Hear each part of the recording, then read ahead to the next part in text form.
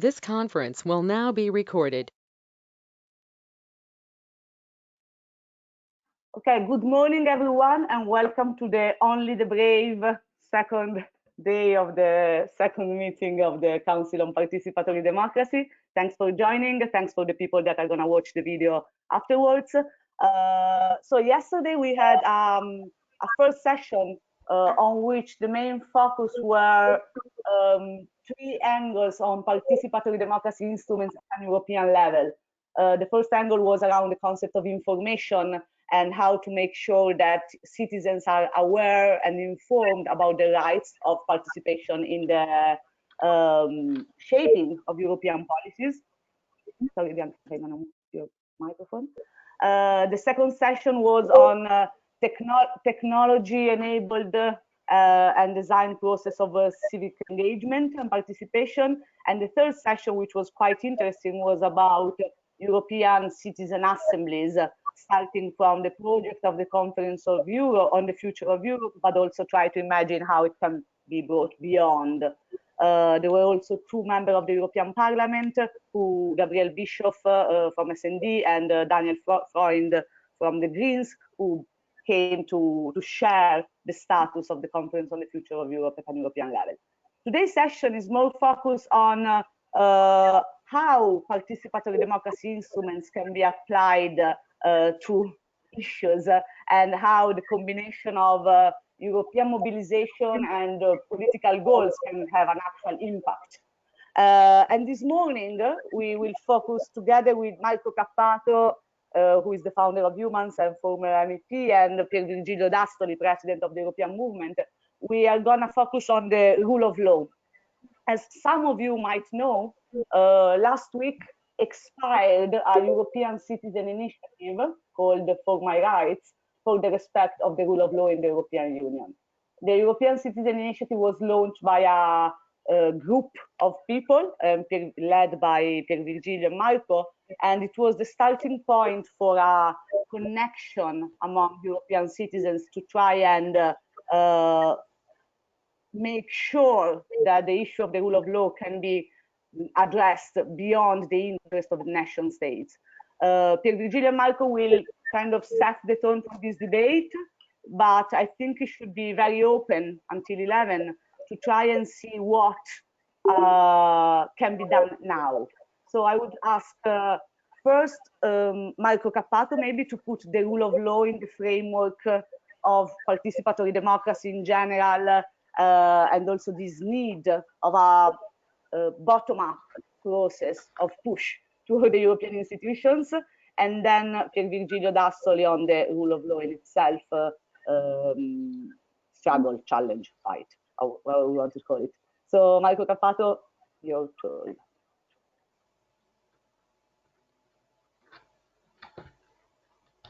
Thank you very much.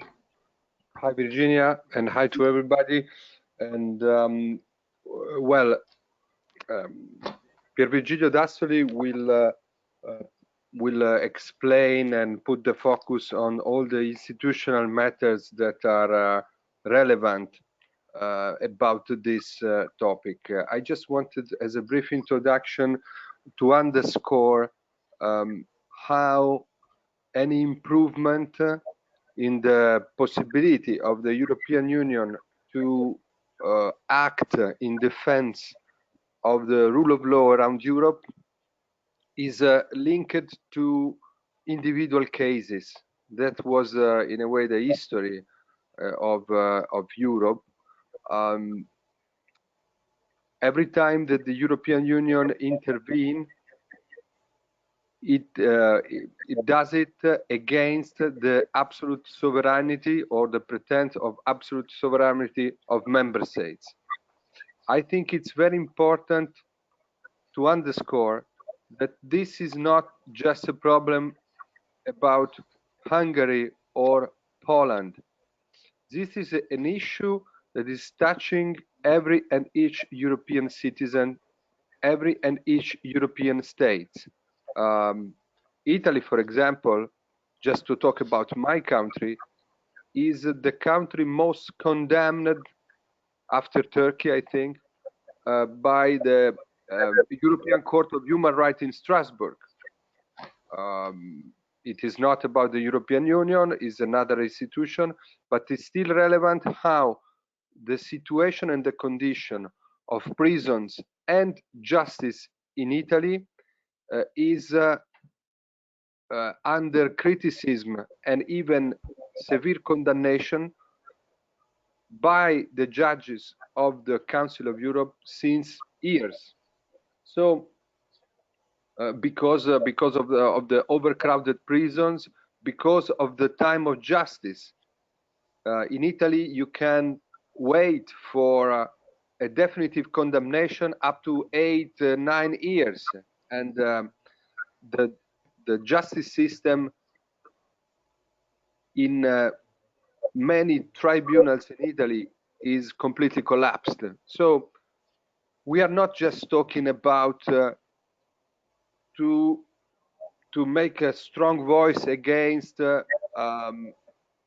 authoritarian government, as it is more and more the case in Hungary and Poland. The problem is the goal is a systematic action of protection of human rights around Europe for all for any fundamental human rights, and not just for some countries, for every country. So if the goal is so ambitious, the rule of law represents the basic of any federalism, or because the individual human rights are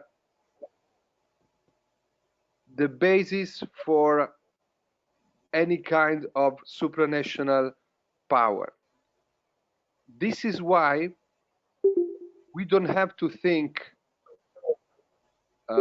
when we talk about the rule of law, we don't have to think just about naming and shaming some government that are worse than others. We have to think about a permanent mechanism of evaluation and even suggestion, and as it is working for economic issues. Now with the coronavirus crisis, the Stability Pact is suspended. But anyway, the European Commission has many officials that have the duty of checking the economic situation in every and each European country and making suggestions, critiques, sometimes ringing the alarm, and even sanctioning behaviors that are not in line with common rules. This should happen also regarding fundamental human rights and the rule of law. Let's not forget, we are talking about participatory democracy, but let's not forget the importance of individual action. So we don't have just to think about what the European Union can do in terms of decision of the Council, the European Commission, on the European Parliament. Virgilio will explain much better than me which are the limits and the possibility of those powers. But there is also the possibility of make voice heard through petition to the European Parliament, as we listened yesterday in the opening of the Council yesterday with the petition about the situation of refugees in the Lesbos Island. Individual action is also about the Ombudsman, the European Ombudsman, the European Court of Justice, so not just the Strasbourg Court, but also the Luxembourg Court, and also the vocal activity of connecting activists of human rights around Europe. So even if the institutional power today is nowadays is difficult to activate specific institutional power in order to force a government to respect the rule of law, we have still effective tools in order to make our voice heard. So I think that this occasion is an occasion for sharing of experience and is an occasion to multiply specific initiatives, political, institutional, or juridical, in order to create a network of solidarity between European organizations to improve skills and know-how to have rule of law and fundamental human rights protected around Europe. Thank you, Virginia. Thank you, Marco Cappato. Just to put everyone in the framework of how this topic was brought up to the Council. So last year, a European Citizen Initiative was launched. For those of you who might not know what is an European Citizen Initiative, it's important to mention, is an instrument available for European citizens to propose a policy change to the European Commission within the space of their competencies. And it needs to collect 1 million of signatures across EU member states to be then heard by the Commission itself and considered. The effort is extraordinary, and yesterday we focused quite a lot on how this extraordinary effort can be achieved, but also how things should be done in a different way so that it's more achievable. But starting from this European Citizen Initiative on the rule of law, we started to have contacts across Europe with people and individuals and organizations, and this is probably one of the reasons why we are here today. So I will now leave the word to Virgilio Dastoli, President of the Movimento Europeo, or European Movement in Italy, who was the first signatory of the rule of law ECI, to tell us both from an institutional standpoint where we are with the rule of law, but also how he envisions European citizens' mobilization, or to put on the table some of the topics that we might discuss together. Thank you, Virgilio, and good morning. Yeah, thank you very much, Virginia, and the others. The history of the respect of the rule of law is a long history, and we are in face of a lot of problems and weakness, and we have to take into account what is the situation now and what we can do together. First of all, we are in a situation in which in Europe there is a fragmentation of instruments to protect the rule of law, and these instruments are not so known by the citizens. The main instruments that we have now at European level, one is the Convention of Human Rights of the Council of Europe. This year we celebrate the 70th anniversary of this convention.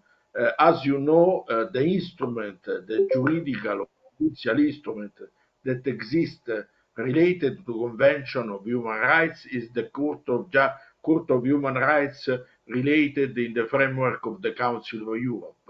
The weakness of this instrument is related to the fact that citizens could use all the steps at national level before to address himself or herself to the Court of Human Rights in Strasbourg. And the second problem is that this convention is a convention established in 70 years ago, and so there are a lot of new human rights that unfortunately has not inserted in this convention. One example is the question of database or the respect of privacy. The second is the social rights that are not in the convention.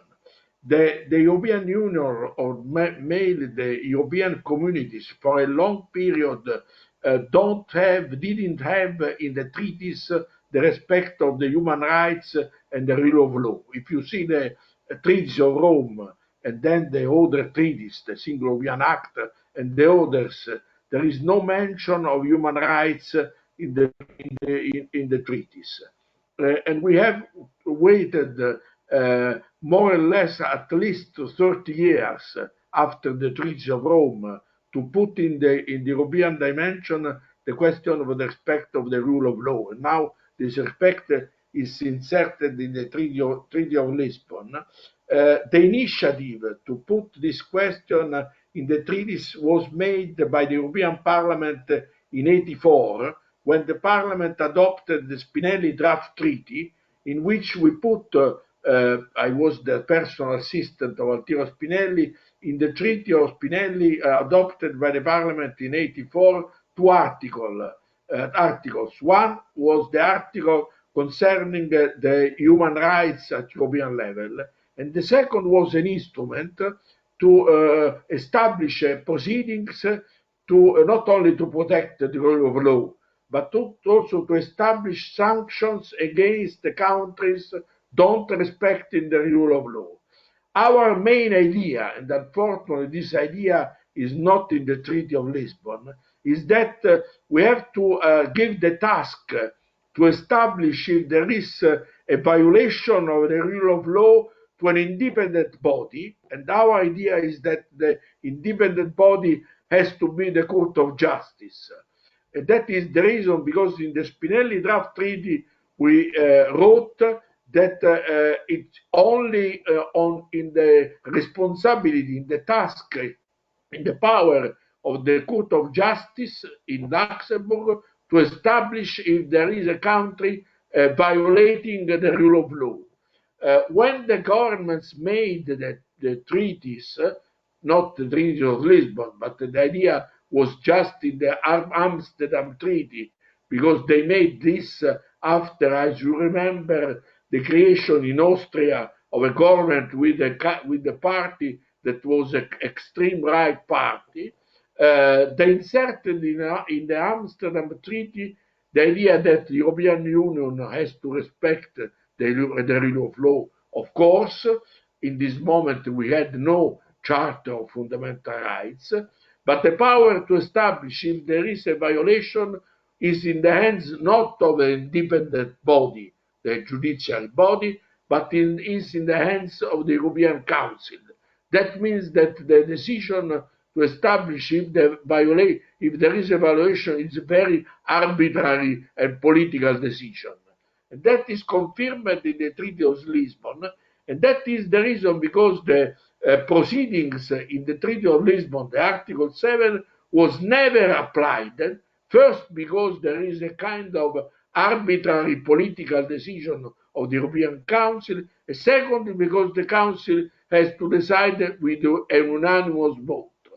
That is the reason because during the last years, it was a discussion in the Parliament, European Parliament, in the Commission on how we can do to solve this weakness, if I can say so, establishing the Treaty of Lisbon that avoid the possibility for European Union to contrast the violation of human rights in one of the member countries. There is also another problem that I would raise with you, and we named this problem the Copenhagen dilemma. What is the Copenhagen dilemma? The Copenhagen dilemma is on the fact that we are very strict concerning the respect of the rule of law for the countries that would accede to the European Union. There is in Copenhagen, the governments established a list of criteria that the candidate countries should respect to enter in the Union, but these very strict criteria are not applied when a country is a member of the European Union. That is the Copenhagen dilemma, that we have to think seriously about this Copenhagen dilemma. And the European Parliament made a lot of discussion about what can do. But we arrived last year in a situation in which unfortunately, in front of violations of human rights, in Hungary and in Poland, but also, for example, in Bulgaria, it was not possible to avoid the possibility for these countries to violate the rule of law and the human rights. You know that there is a list of criteria for the rule of law that established that we have to respect the legality, the certainty of right, the independence of the judiciary, the human rights, and the abuse of power by the governments. That are the 5 criteria of the rule of law established by the Commission of Venice, that is Commission of the Council of Europe. So because of this situation, last year we decided to use an instrument that was put in the Treaty of Lisbon that, as Virginia has remembered, is the Citizens' Initiative.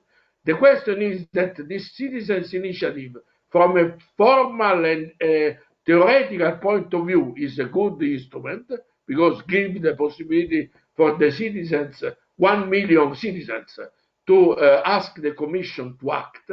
It's more or less what happened in different countries. In Italy, we have a kind of citizens' initiative giving the possibility for the citizens, 50,000 citizens, to ask the parliament to act, and this instrument exists also in other countries.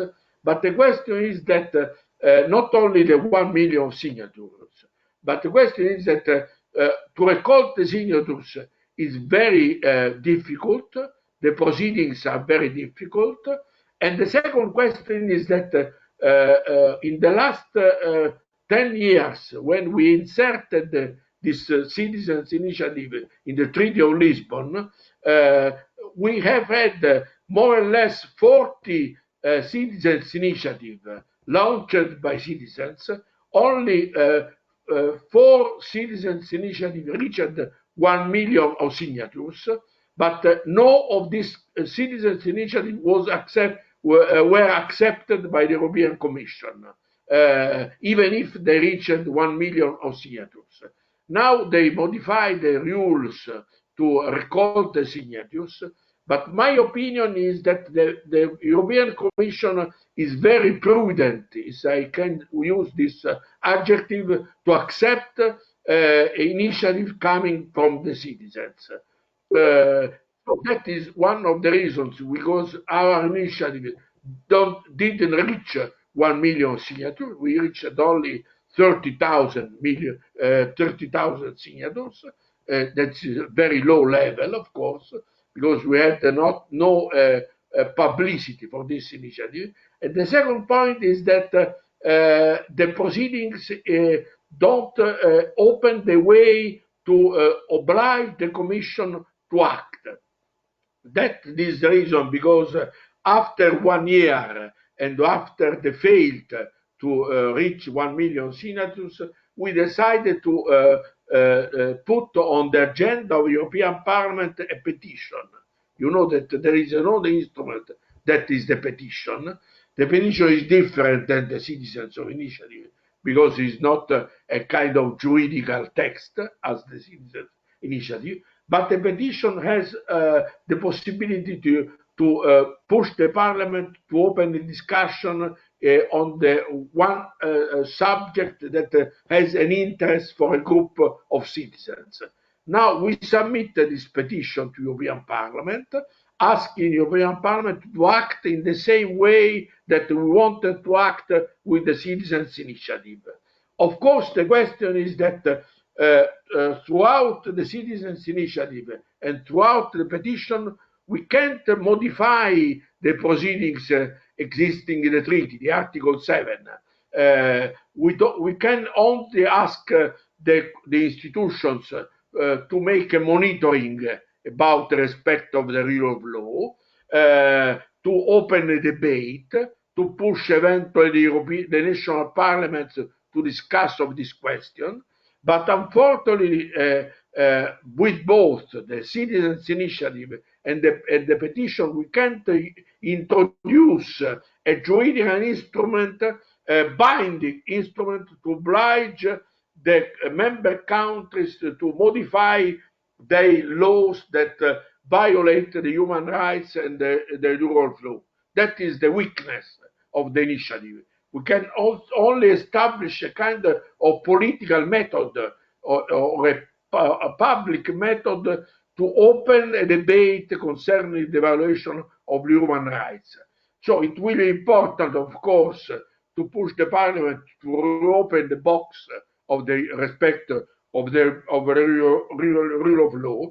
But the question is that we have to think about what we can do to have a binding instrument to oblige a member country to respect the rule of law. That is the question. Because when we speak about the rule of law, we speak about something that could be binding. That is the meaning of the law, of course, to be binding. So it's important to reopen the box in the European Parliament, and I think that this petition is important. But there are two things, and then I reach the end of my introduction. There are two things that we have to take into account. First of all, we have to be more active to mobilize the public opinion concerning the respect of the rule of law.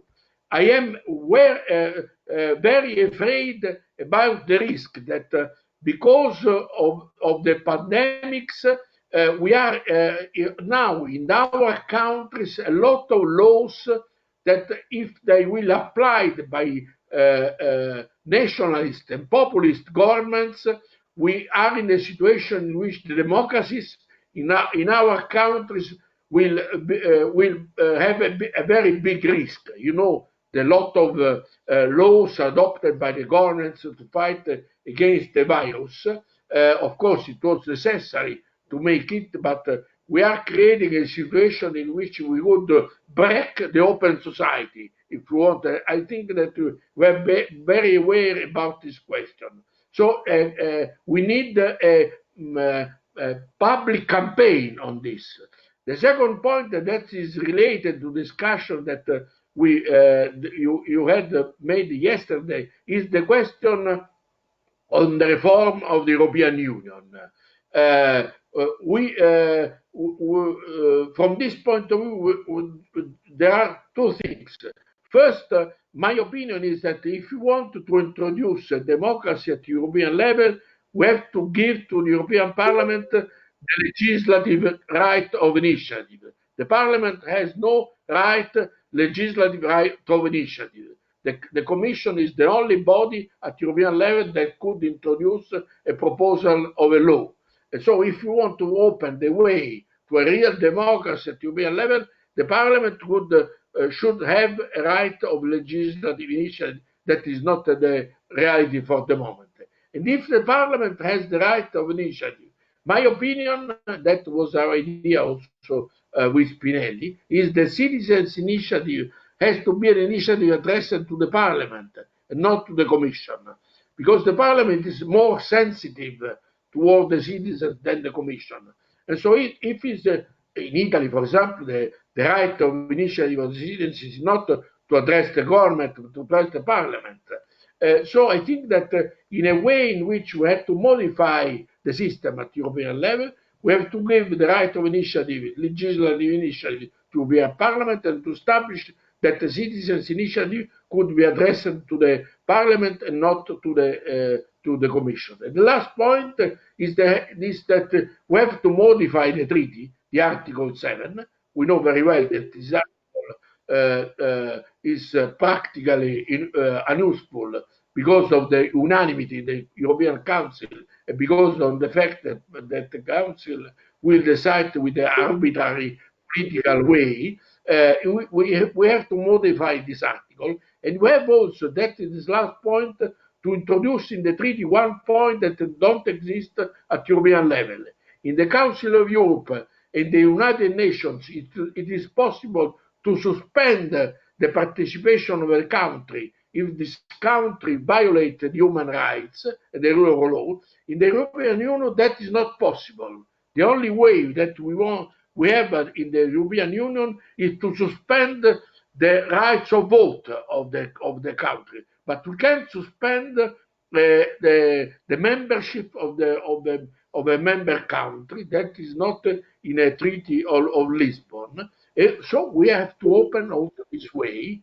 We have to open this way that if in a country, the last example is Hungary, in which practically they suspended the democracy. We can't accept the fact that there is a member country in which the democracy is suspended. And so we have to introduce in the treaty the possibility to suspend a member country, to give a strong example to the others. So that opened the way to the question of reform of the European Union. My opinion, and you know very well my opinion, I am not so enthusiastic about the conference of Europe, of the future of Europe. This conference has no accountability and has no power to deliver, and we don't know very well which kind of animal is this conference. After the pandemic crisis, we know very well that there is a debate to know if it will be useful to open 2 years of discussion about the future of Europe. My opinion, and that is the last point, is that the only body that could open the way to reform the Union is the European Parliament, using its substantial constitutional power. That was what the Parliament made in the first legislature. The Parliament has the right, but has also the duty to organize debates with civil society. In the internal rules of the Parliament, there is Agora. Agora is a kind of open space in which the Parliament could discuss with civil society. So I think that this question of human rights and rule of law could be related to the question of the democracy at European level, on the fact that this democracy, for example, for the moment, is weak. It could be weaker in the last months, also because of the pandemic crisis and what the governments made, enhancing their executive power, and that for me could be very dangerous in the future. And so we have also to take into account this question. So for the moment, that is the last point, we have this petition, pushing the Parliament to debate on this petition, and then open the way to a larger mobilization of civil society, to push the civil society to be aware about their rights. Take also into account that thanks to the Charter of Fundamental Rights, there is now in Europe a kind of judicial federalism, because there are the judges are not only the judges in Luxembourg, but each national judge is now a European judge. There are hundred decisions of national tribunals introducing and using the Charter of Fundamental Rights to respect the human rights of the citizens. There is a web, humanrights.eu, in which you can find the national and local decision by the judges using the Charter of Fundamental Rights as a kind of primary law. And this primary law is above the Treaty of Lisbon. That is very important. That is one of the added value of the Charter of Fundamental Rights that we adopted 10 years ago. Thank you very much. Thank you, Virgilio, also because this a reference to 1984 Spinelli project is always a source of how it could have been, which is good to define how it could be in the future. So thanks very much for always having a lens on history. So just to open up the space for all of you to contribute, and I see we have also Balint Mikola from Transparency International, Joanna from the Polish Robert Schuman Foundation. So not to name Hungary and Poland always, but I think having their perspective is crucial in this topic. I want to mention that there is the petition to the European Parliament, which Virgilio mentioned, and I copied the link on the chat on the right side. But also, thanks to the work of the first meeting of the Council on Participatory Democracy last month, we also included the topic within the petition, You Can Do It, which was the output of the last meeting of the Council on Participatory Democracy. We tried as a group to conceive a proposal for the management of the coronavirus crisis, social, economic, and climate crisis as well, for a joint answer at a European Union level. And within that, the first point is the monitoring of the rule of law within a state of emergency. We are gonna... Scusami Virginia, Virgilio, puoi spegnere il microfono perché sennò si sente un po' di ritorno. Can you turn out the microphone, Virgilio? Thank you, Marco. So I was saying, during the last council, we drafted a petition official to the Parliament, You Can Do It, for the management of the coronavirus crisis and in general to define, let's call it federalist approach to the management of this type of crisis. And the rule of law is the first point of the petition. In a state of emergency, as both Marco and Virgilio were saying, the contraction of rights is real.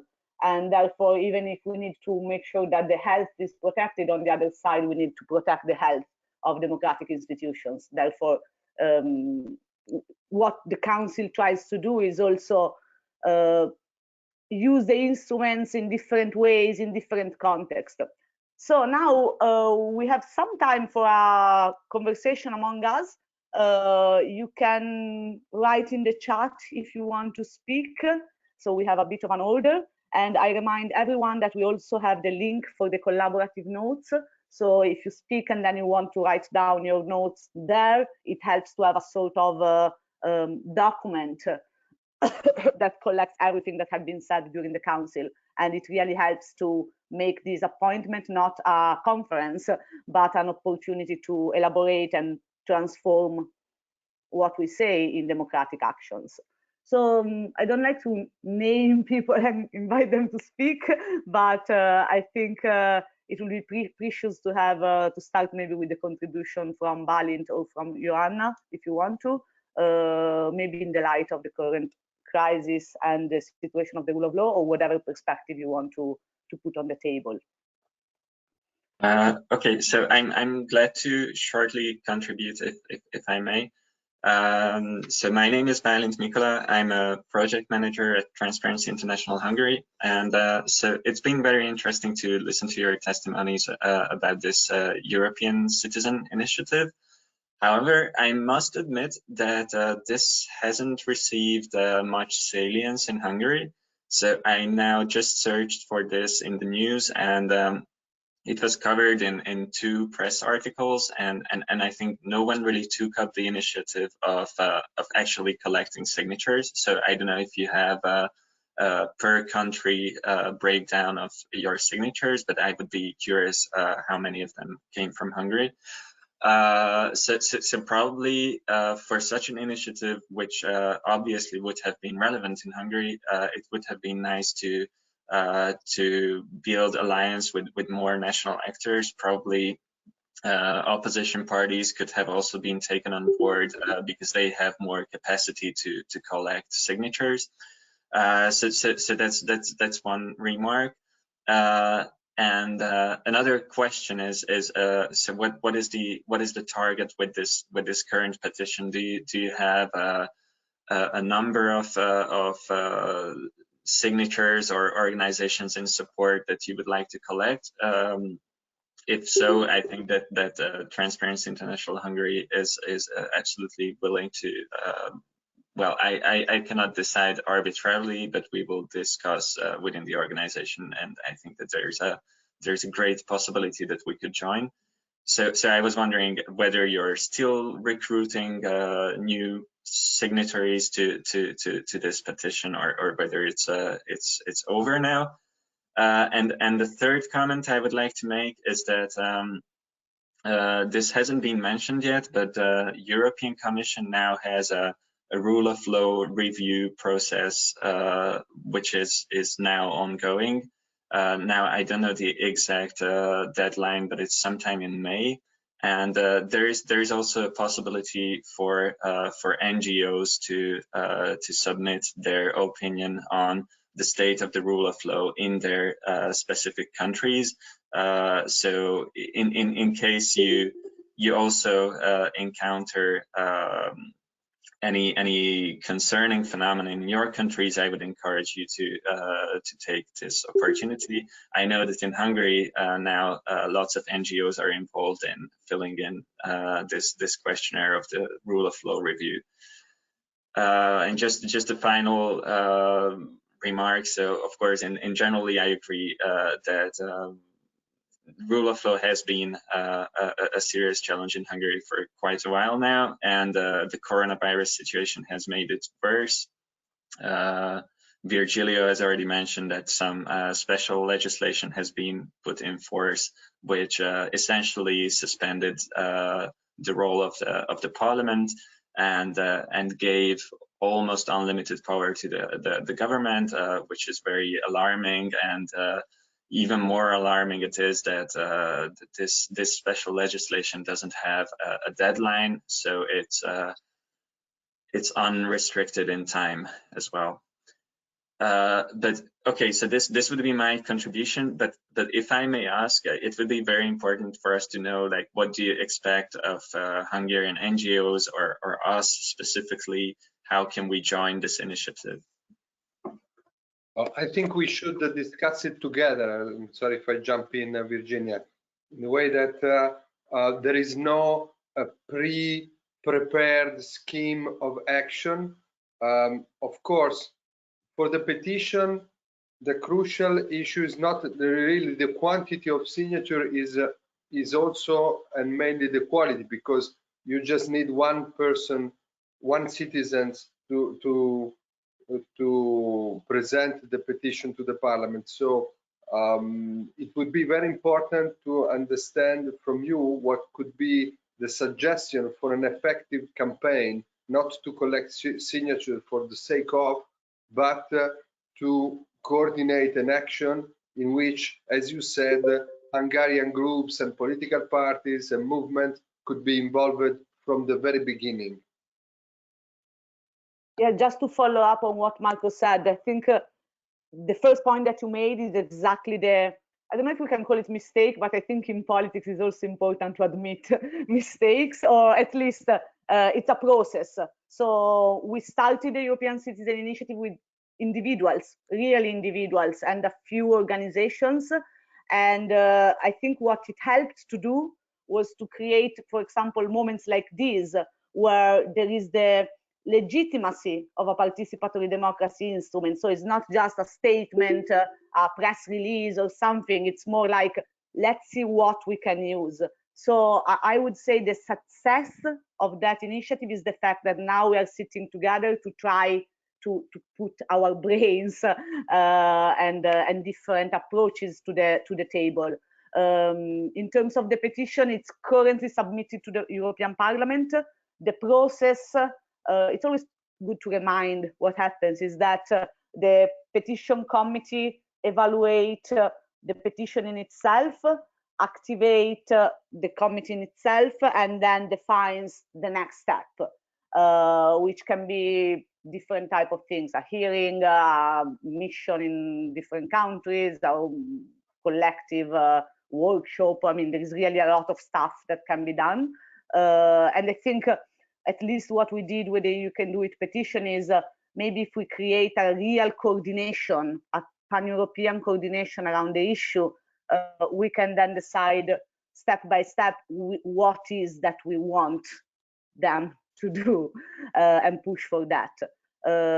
Thanks also for bringing up the topic of the reviews, the country by country reviews, because maybe this is also something we can try to systematize somehow and have a space where we have all the proposals, or I mean, there are multiple things that can be done, but I think the purpose of this meeting is to see who is available to work on that and then potentially move from there.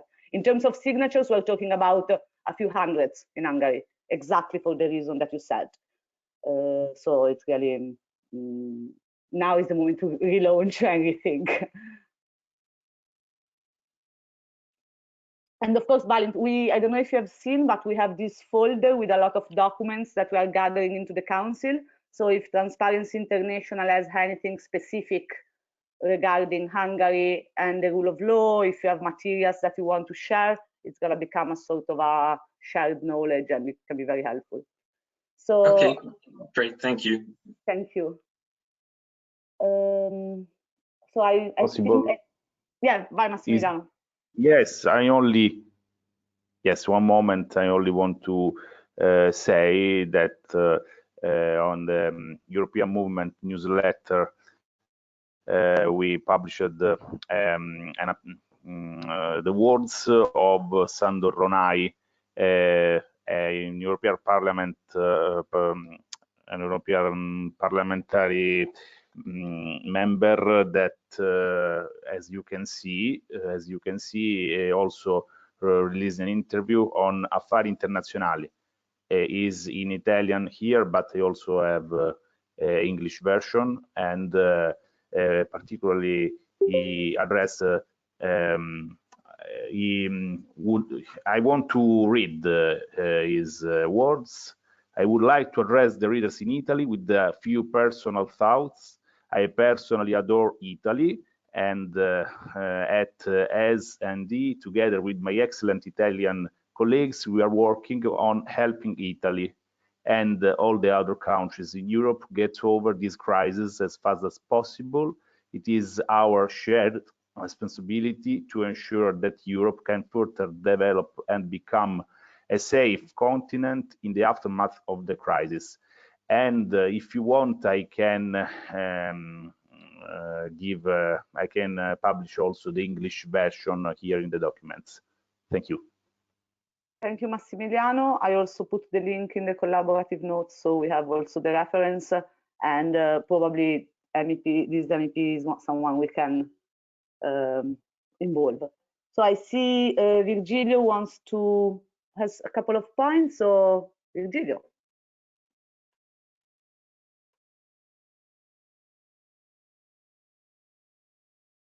Microphone.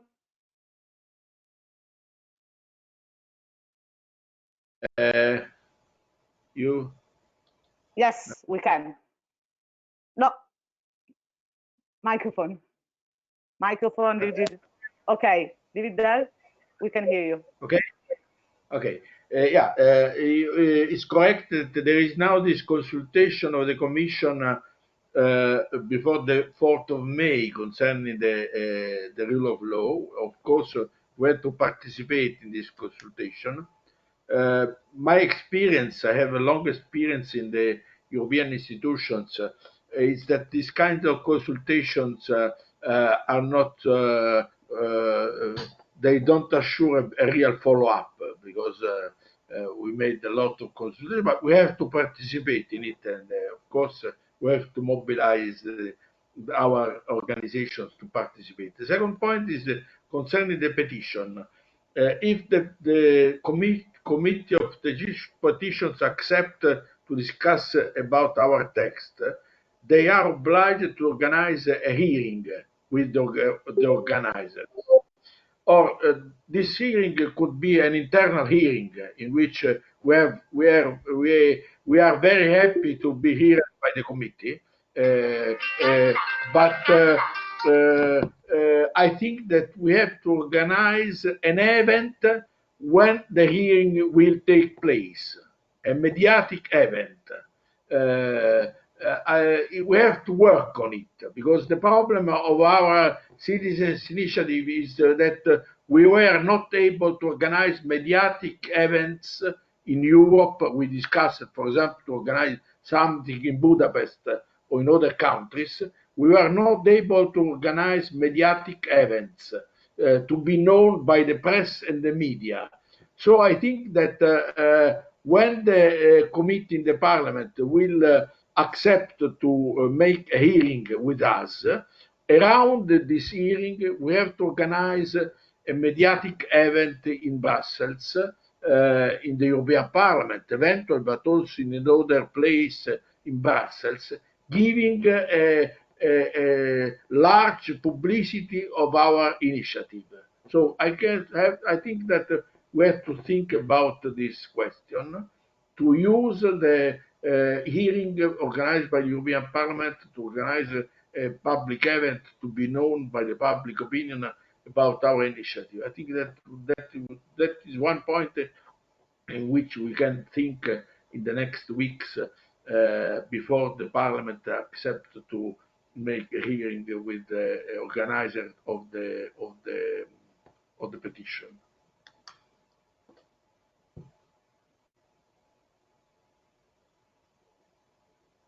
So I don't know if Joanna sorted the issue with the microphone.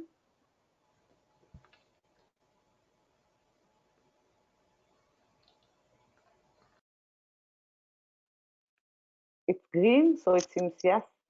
Hello? Yes, Hello, we can hear you. Yeah, yeah, okay, Yes. great. Sorry for that. Oh, Good I guess morning. you can see me now. Yeah, morning, finally. Yeah, so I'm Joanna from Poland, from Schumann Foundation. On the previous meeting, I guess Iga was with you, right? So today she couldn't really participate, therefore I am here. So the first thought from me would be that the awareness of the petition is still not, like, obviously really high in Poland, but like obviously we are working for that, and I guess, as Iga already informed you several times, we are really keen on making it happen and working on it and making it more and more popular in Poland. Like the petition is, or the whole event that we are having right now is pretty important to us due to the current situation we are facing in Poland. And as a great example and something interesting, valid for the conversation, I can say about, I don't know, maybe you heard about some of the controversial bills that our government was actually trying to proceed last week. In the situation when actually nobody was even really able to have any valuable discussion in this topic, like people were not really able to protest, to for example even go on the street and talk about their point of view. And this is just one of many examples of what is actually happening in Poland and why the situation is pretty bad for us. So yeah, this is like obviously one of the reasons why we are super keen to work on the petition and make it happen. Thank you, Joanna. Just to clarify for everyone, the Polish Robert Schuman Foundation is one of the supporters of on the broad petition on the coronavirus crisis named You Can Do It.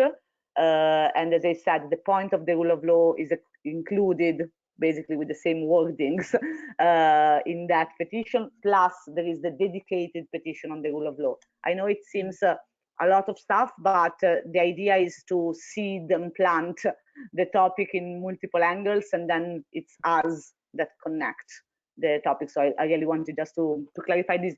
One question for you, Joanna, is about if maybe we can deep dive a bit in the issues related to Poland at this stage, in the sense of what is new because of the coronavirus crisis and what is kind of the ongoing issues. Like, is there anything that the crisis brought up with stronger impact for the citizens, the organizations?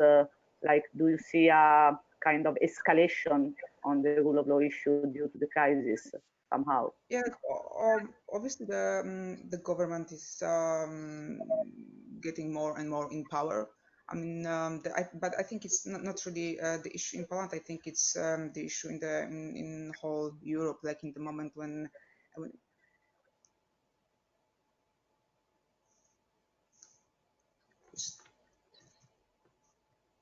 Sorry, I can't hear you anymore.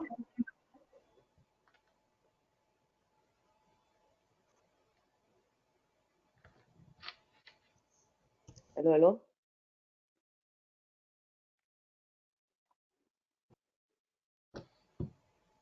We can't hear you anymore, Ivan. I don't know if you hear us.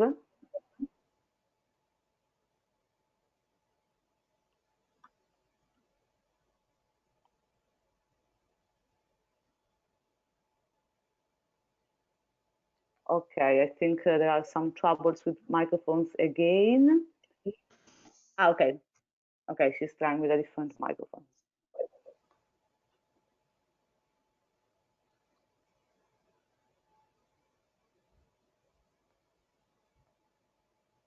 And maybe in the meantime, I see that Nicholas from Europa Federalisterna from Sweden is connected. So I don't know, maybe whilst we wait for Joanna, I don't know if Nicholas wants to say something from a perspective of a country where maybe the issue of the rule of law in itself is not affecting the population, or I don't know. But on the other side, you are one of the organizations who supported the European Citizen Initiative for the rule of law. So maybe hearing the perspective on the other side is interesting if you want to share something. Yeah, hello from Uppsala, Sweden. Yes, the only thing that I can add to the discussion is that here in Sweden, at least at political level, this issue is quite important.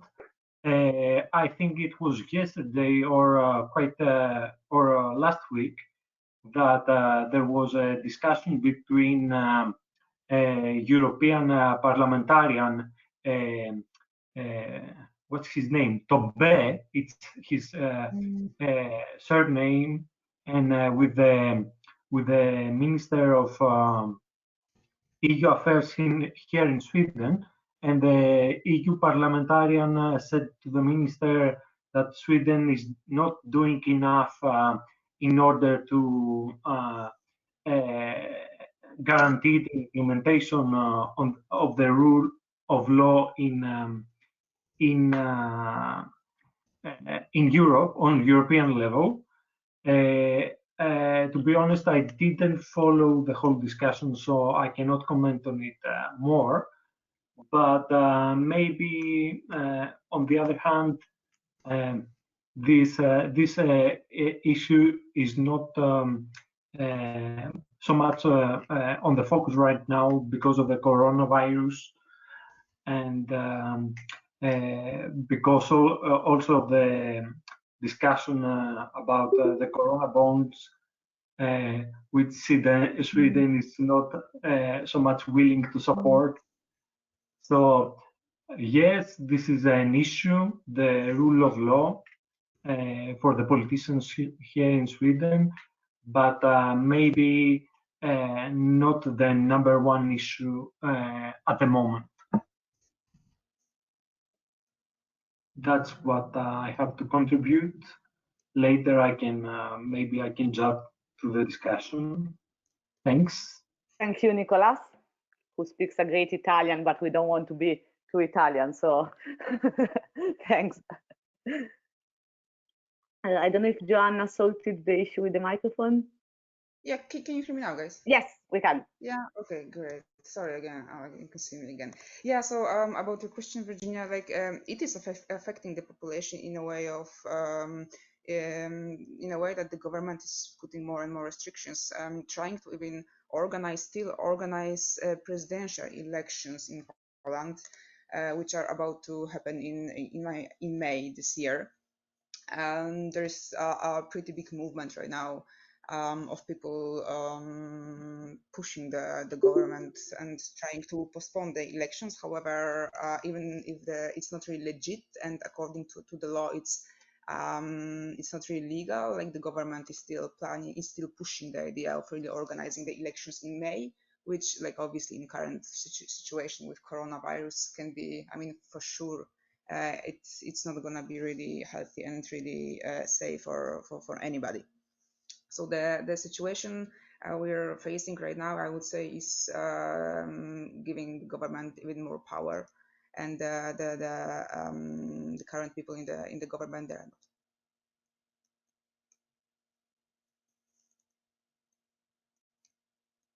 Thank you very much.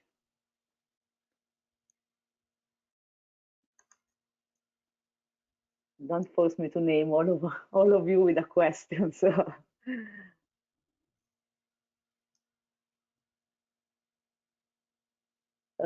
Luca right here is writing in the chat. I think people in Europe should decide if prefer mass or corona bond or create money. Okay, so this is more related to the economic aspects. Virginia, can I ask something? Yes. Are there any updates about the petition on the parliament? Do you have a date when it's going to be discussed? Or I saw that you sent an email about creating a campaign with words. Can you give an update, please? Of course. So the petition, you can do it. So the broad one on the coronavirus, it's gonna be, I will be presenting it at the hearing on the 30th of April. So of course, not me as myself, but me representing the whole group. So there is gonna be an audition on there is a special session of the petition committee on the 30th of April, where a few petitions that referred to the coronavirus crisis will be audited, basically. And so it's going to be at 10:40. And what we are doing today, and maybe we can share the link here as well, what we are trying to do now is to compare what was written in the petition, in the You Can Do It petition, and all the documents issued by the Commission and the Parliament, to identify those points that seems to be out of the radar of the European institutions, so that the 5 minutes that I will have available for presenting the petition can be focused as much as possible on specific points or to a specific approach. And the other two things that we are doing, and I think methodologically can be interesting also for the rule of law in itself, the big thing that we're trying to do is to create a network of European mayors who are supporting the petition. The mayor of the Italian city of Palermo, which is the 5th biggest Italian city, Leoluca Orlando, is personally involved in engaging more mayors, so that next week before the hearing we can kind of announce this network of mayors. So someone else was referring to the importance of local administrators as an intermediary between the citizens and the European level somehow. So this is an initiative that we're working on. And the other one is this campaign. It's more a communication campaign. It's called Face Petition. I'm going to put the link here in the chat. So we are inviting people who support the You Can Do It petition to adopt a word, and we're going to screen it during the hearing to represent the fact that it's not a one-man show, but is more like something that the citizens care about. So it's of course pure communication, but it's also a way to show that it's citizens that can try and make change happen. So these are the two things. So on the 30th of April, there will be this mobilization and the network of the mayors. So actually, if you guys have any contact with the mayors or other type of local administrators, I think it's a great way to try and again keep the net together, a net that can then be activated progressively on different issues that are always then bound by the same type of approach. I'm going to share the link here in the chat later on. So that's for the You Can Do It petition. And the same methodology could be applied to the rule of law initiative in itself.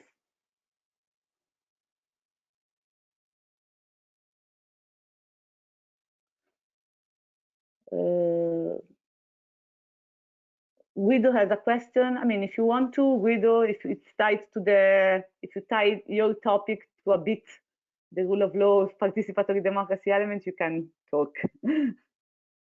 Guido De Simone.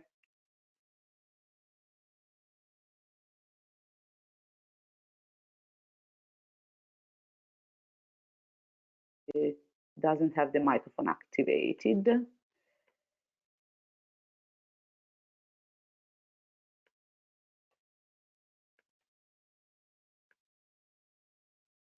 We can't hear you, Guido.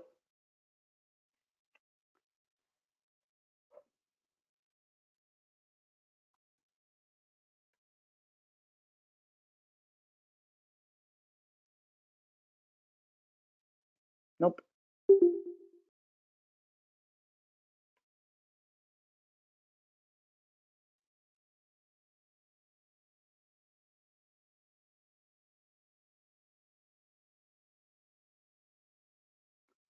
Okay, let me check. Cesare. Oh, Cesare, sorry. Not sure what the pronunciation. Good morning, everyone. Okay, sorry. So Guido microphone is working. So Cesare, if you agree, I will give the word to Guido, who was noted first, and then to you. Thanks.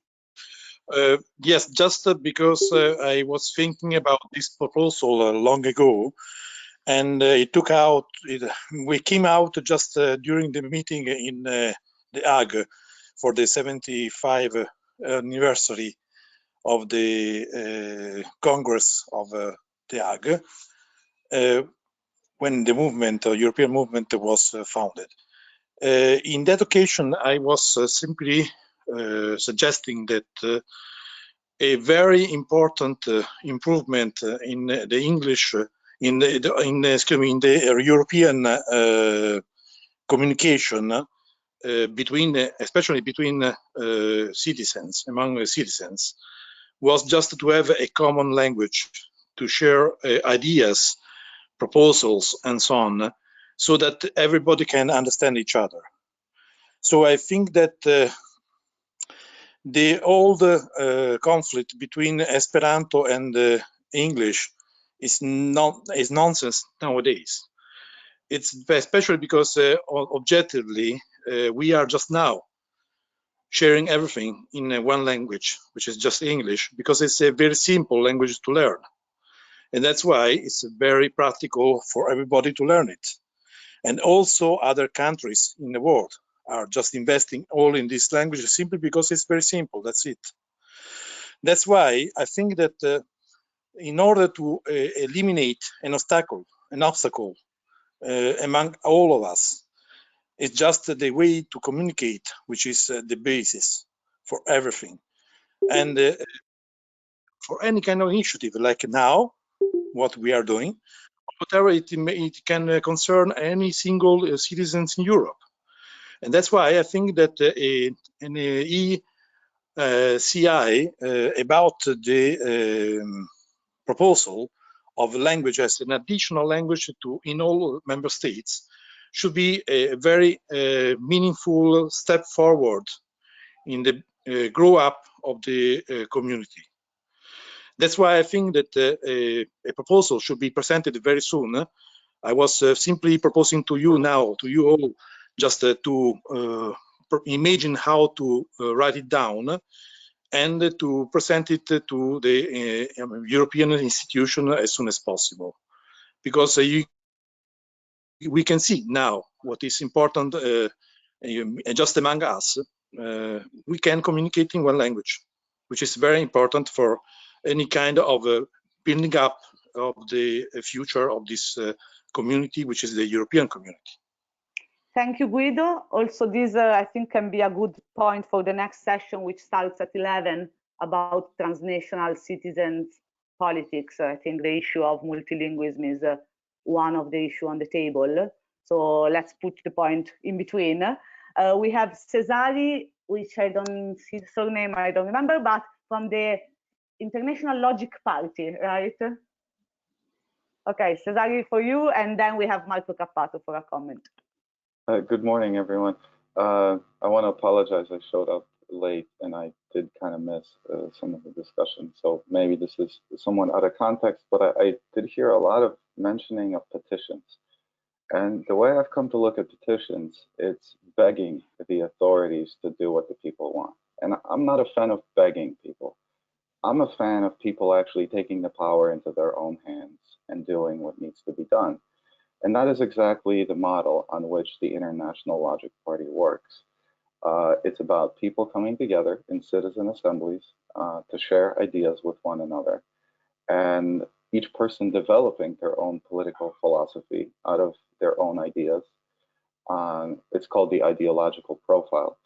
And then using our platform, the Agora, the worldwide stock market of ideas, we're able to aggregate all of those ideas and show which people, or excuse me, which ideas are most strongly supported by the people. And then using a very simple algorithm, we can cross-reference the idea dominance index, which shows what are the most strongly supported ideas by the people, we can cross-reference that to people's ideological profiles to create a list of political candidates who most closely represent the will of the people. And if they underperform, we have a whole list of people waiting to replace them. That's how we operate. There's a lot more to explain to that. But in regard to petitions, you know, I guess what's really important about this is that, in a sense, each idea kind of is like a petition, kind of. The difference is that it's not just people signing petitions, it's petitions signing people. And that makes people smarter. The whole concept of the ideological profile forces people to reconcile their own ideas against one another, basically to see their own potential logical contradictions. It creates a functioning on a whole other level, but it's also a tremendously empowering process and experience and, well, facet of this whole technology. It's that it's ultimately about the citizen and their ideas having a good, strong base of comparison to what the government is doing versus what the people think and what the people want. So I invite you to participate in our process. It's much better than doing petitions and begging the authorities. I'll share some more information in the comments. Thank you. Thank you, Cesari. We have Marco Cappato who is next. Yes, I wanted to react to the comment by Guido about English. I don't agree that English is spread because of its simplicity. I think, Guido, this is historically wrong, or at least not proven. English is widespread because of economic clout of United States in particular, and the British before, but there is no, I mean, if simplicity was the key element for the widespread, for spreading a language, Esperanto would be much more spread than English.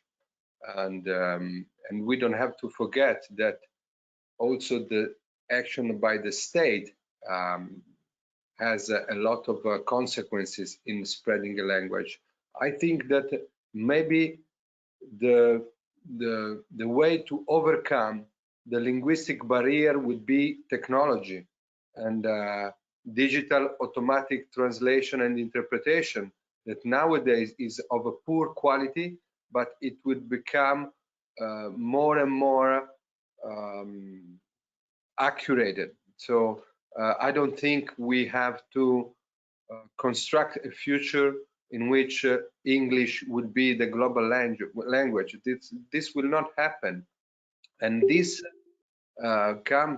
also the language barrier is a tremendous democratic barrier, because yes, we are speaking English. Personally, my capacity of expressing my ideas in English is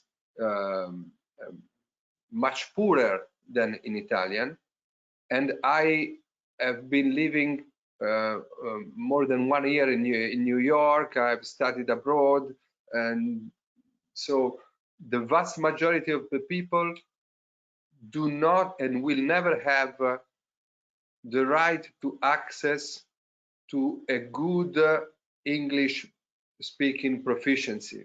And from the democratic point of view, this has carries devastating effects. So I think that of course we are obliged to use English because we don't have money for interpreters. So we need to use the most usable tool, but this is not a political solution, I think. About begging the power, well, I don't see it really like that. I see it as even helping the power, proposing to the power, and of course, the petition in themselves, they do not carry any value. So if someone think that the fact of presenting a petition will solve a problem, forget about it. But what it is important is the work around the petition. You talked about citizen assemblies. For example, some result could be then sent to the people in power. Again, not to beg them, to help them to avoid mistake, or to do better than they are, to perform better than they are performing now.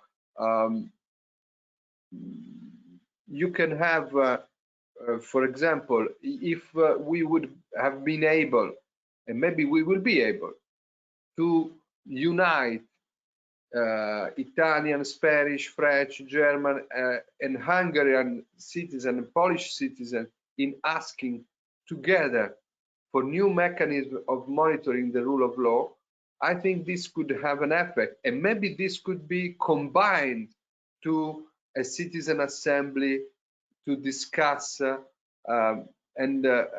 which kind of mechanism could be more effective for the rule of law. So I think nobody here carries the illusion that petition is enough to obtain something concrete.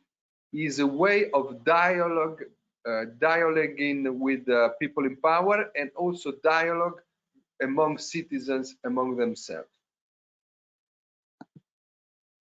Whilst we transition toward the next angle, I just want to mention that I think it's important to keep in mind words means different things. So petition in general is like collecting signatures with a proposal. There are plenty of platforms like, I don't know, change.org is the most famous, where you set up a thing, a call for something, and signatures are collected, and you can brag about the numbers that you achieved. But I think what is different, and I think is one of the scope of something like the Council on Participatory Democracy, and for sure is part of the mission of humans as a co-organizer of this appointment, as the organization I personally coordinate, is the petition with the capital P, meaning the instruments that state and institutions have designed wrongly, can be improved better, as part of the constitutional or institutional approach. So I think activating the instruments that are included in the package available for citizens is essential for two reasons. One, because it's what is transparent and activates a process. Then the process can be perfected and can be improved, but it makes the power accountable to react to the activation of the instruments by the citizens. And I think it's this element that we should try to focus and work on, and to put it into the broader scope of the other instruments, new, existing, to be invented, to be connected across countries. But I think the responsibility of using what is provided by treaties, local regulations, national constitutions is important, because otherwise it's not within the democratic framework. It's a call, maybe if I'm super powerful, I'm super cool, I can involve a lot of people, but the point is to transform the power itself. So I think what we suggest as a methodology, what we are trying to do, what we did with the You Can Do It thing, or with the European Citizen Initiative, is use what is there in a framework of rules that are shared among a community, a state, a supranational entity. So that's my take on this. I'd like to comment on that real quick. So I think that the main point here is you're comparing walking or running to riding a bicycle. What I'm trying to tell you is that now there is a better technology which gets you places much faster. It's like riding a motorcycle or a car. So that's the contrast I'm trying to draw here. If you want an effective democracy, sure, you could use one technology and one slightly better technology, but I'm presenting to you an astronomically better technology. So don't try to argue that a bicycle is faster than walking. Of course, we know that. The point is that a car is much faster than a bicycle, and what we're offering here is a much faster way of implementing the power in the will of promise I will join. I promise I will join one of your assemblies, because when you said a lot of time that it's super powerful, so I'm curious to see this platform.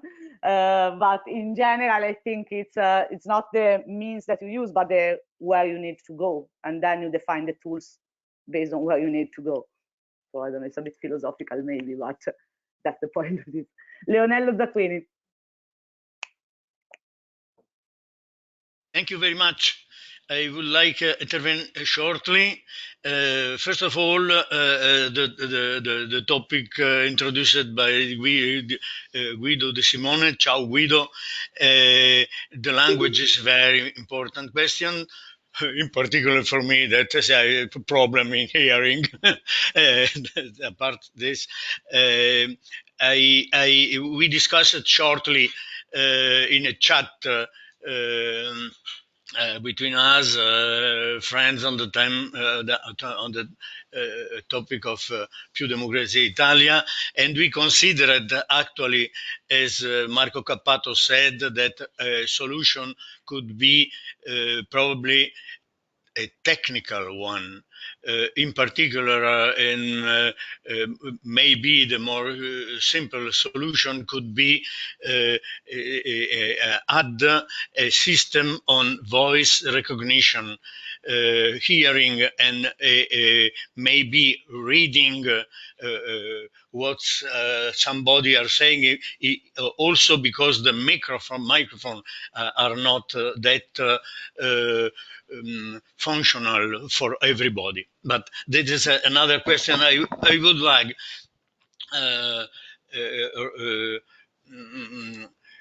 speak shortly and give you my experience. As you know, I'm living in Switzerland. Yes, there a very good presentation for Bruno Kaufmann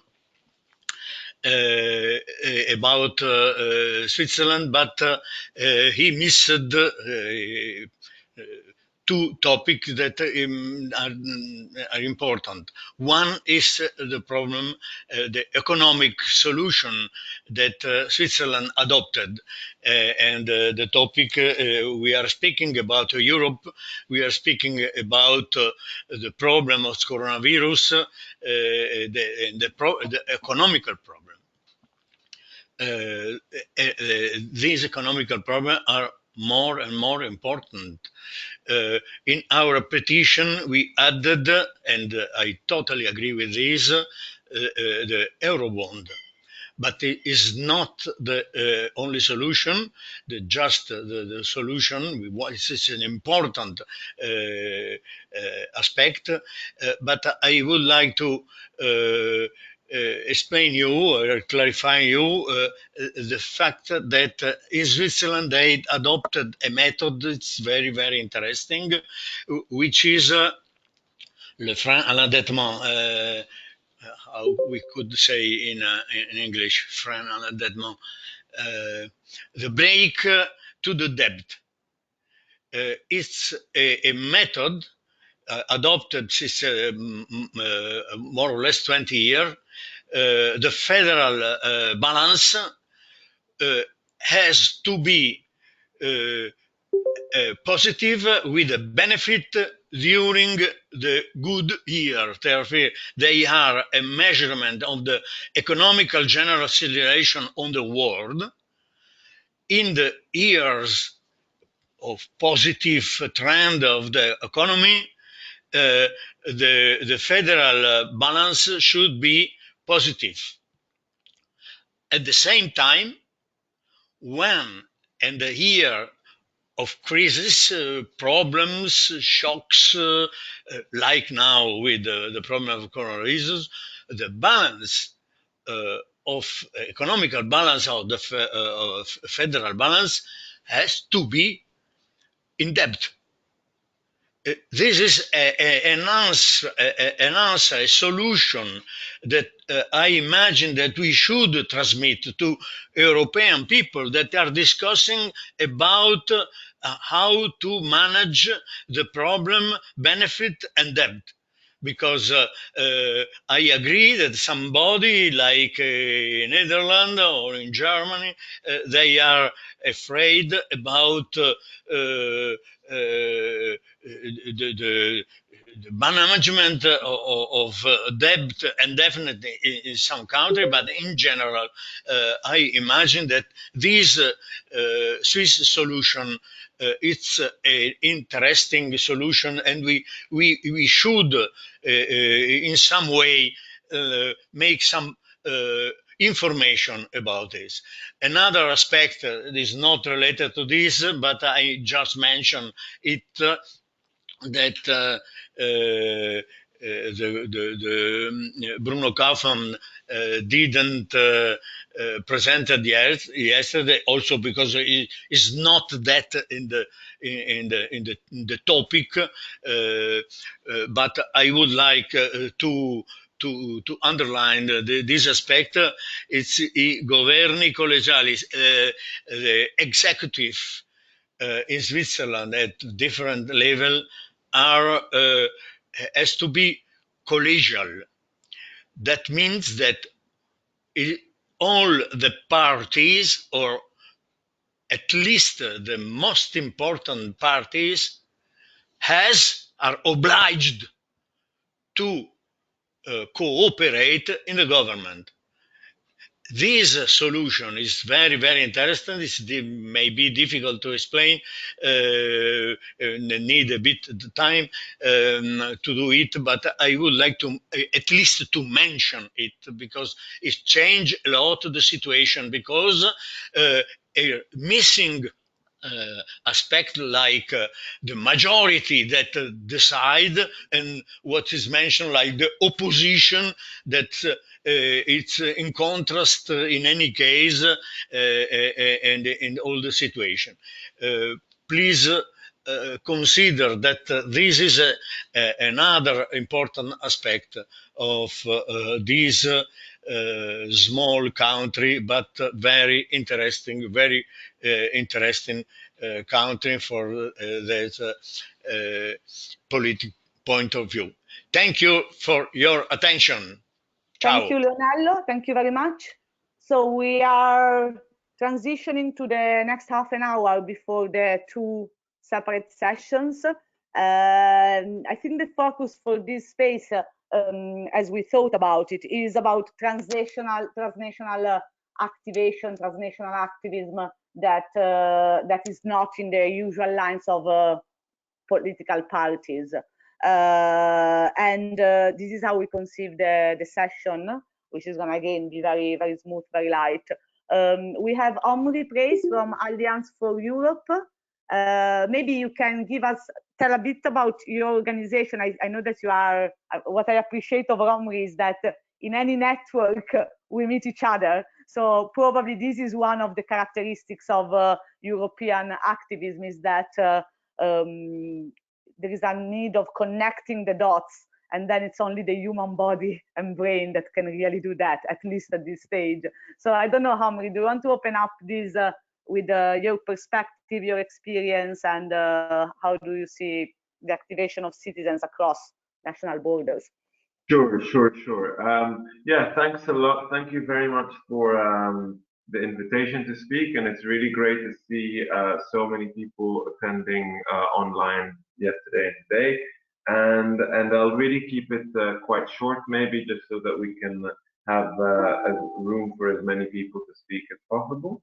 But this phrase you used, connecting the dots, is really the thought process that got Alliance for Europe started.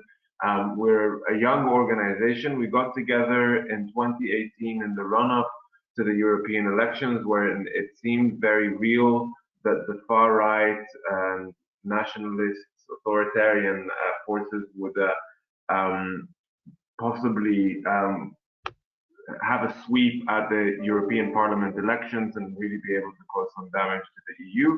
And different pro-European organizations got together and said, there are so many different organizations, so many initiatives. How do we connect the dots? How do we build up power together and have a real impact?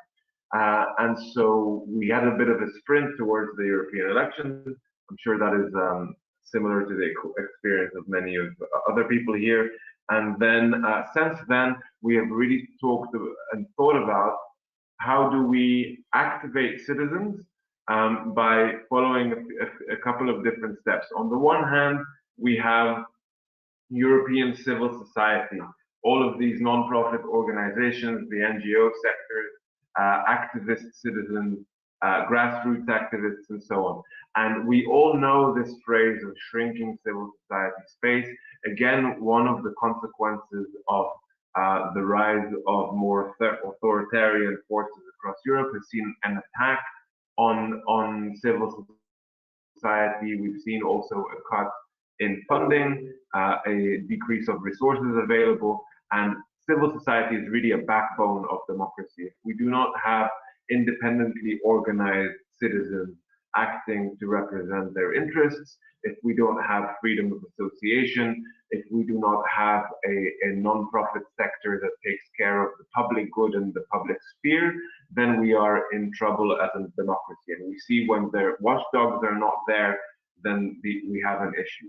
So this is one thing. Then, if we bring together these different civil society organizations, how do we give them a louder voice, and how do we reach out to those that are outside our immediate bubble? So one of the things of making connections is, yes, we talk to a lot of people at Alliance for Europe, and yes, me and Virginia have been in a lot of meetings together, but it also means that we're creating this kind of village of organizations. We all know each other, but how do we make sure that we speak to other people outside of our bubble? It's all very it's very convenient for us to think, okay, we are the citizens, but in fact there are many, many different people, as was mentioned earlier, who do not have access to us. So one of the things that we are working to do is to give digital tools for civil society organizations to reach a broader audience online on social media. We've developed a tool called the Social Media Intelligence Unit,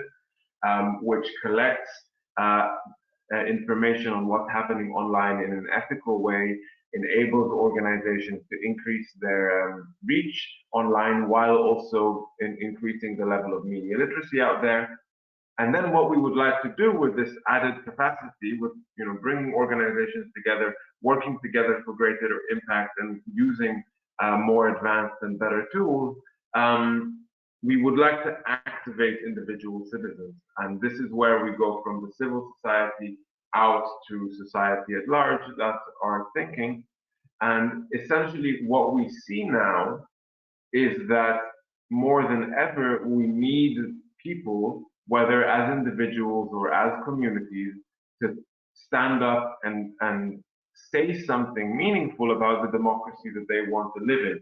Because we are going through such an extraordinary crisis that a lot is up in the air. The economy crashing means that we will need to rebuild it, and we will need to make some tough decisions about how to rebuild. The fact that public services are overstretched means that we will need to make some critical decisions about how to rebuild them. The fact that the European Union is now being stretched to its capacity of how it can respond to a crisis means that we need to, as we did before, but now more than ever maybe, activate citizens to say what they want in Europe. And same for some of the key decisions about democracy, surveillance, and the rights that we have as citizens. So these are all things that we would like to do, facilitating access to a greater audience outside of the bubble and connecting the different silos that exist out there, so that platforms like these citizen assemblies are not only attended by those that already have a master's degree in political theory or are dedicated civil society activists, but that they have appealed to people that are in a completely different walk of life. And I think I'll stop here because I've already talked for a little while. It gives you an idea of the type of thinking that we have, and maybe I'll let the other speakers go ahead and then engage in some innovative ideas. Thank you, Omri, from Alliance for Europe, for the perspective and the inputs. So some of the speakers are here, some are not. So I would probably give away again the word to Marco if you want to say something about transnational activism. I mean, you came from the experience as an MEP, so you have the political perspective, but maybe sharing some thoughts on transnational activism, challenges, opportunities can be interesting for all of us, if you want to. Okay, thank you very much, Virginia, and sorry if I speak again, so I will try to be very, very brief. I will start from what we are trying to do with the humans, after a simple consideration that if power, political power nowadays is mainly a national issue. And the consequence of that is that political parties are mainly national parties, even when they have. When I was at the European Parliament, I was a member of the Liberal and Democrat group, and but even in the political group, there is strong influence of national politics, even in the European groups. And the fact that power is mainly national, I talk about the state power, because if we think about technology, science, of course, power is not about nations, it is about actors, multinational conglomerates or global companies, and so on. But if you talk about political power, nowadays power is still mainly about the national level. And the consequence is that most of the time, also non-governmental organizations are organized on a national basis. We think about unions, for example, but in general, not only because of the national nature of power, but also because of cultural, linguistic differences and barriers. So, and of course, the point is not about erasing the national level, which carries an importance and needs to be to go on. But it's very clear that if we want to find common solution at the global and at the continental level, so for example at the European level, we need something more than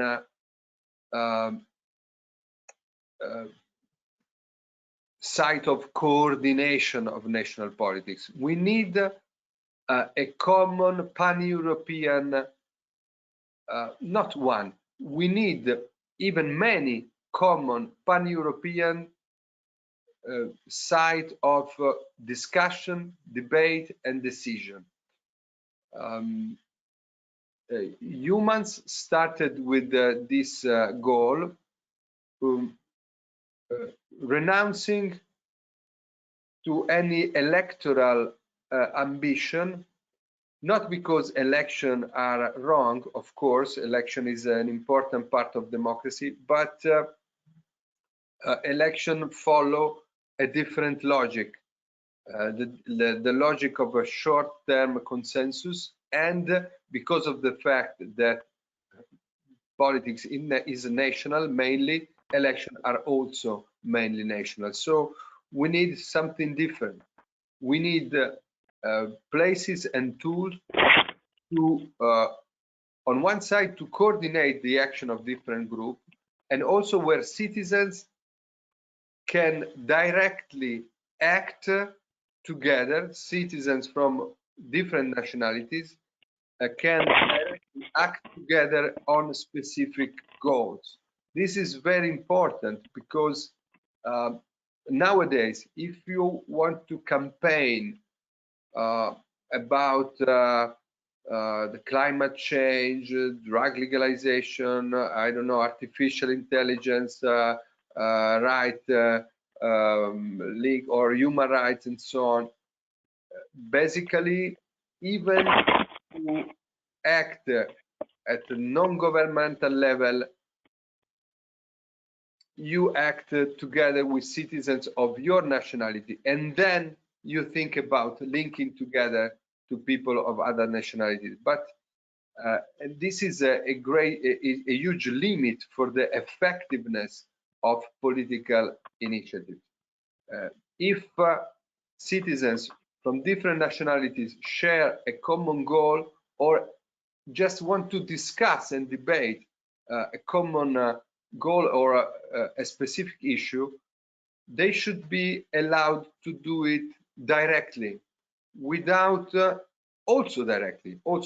just directly, but also directly, without being obliged to be filtered by national organizations. So I think this is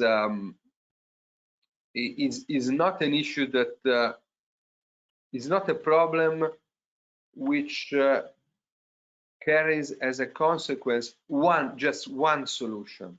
The solutions are multiple. The solution is a coordination of different organizations. The solution is common initiatives. The solution is citizen participation.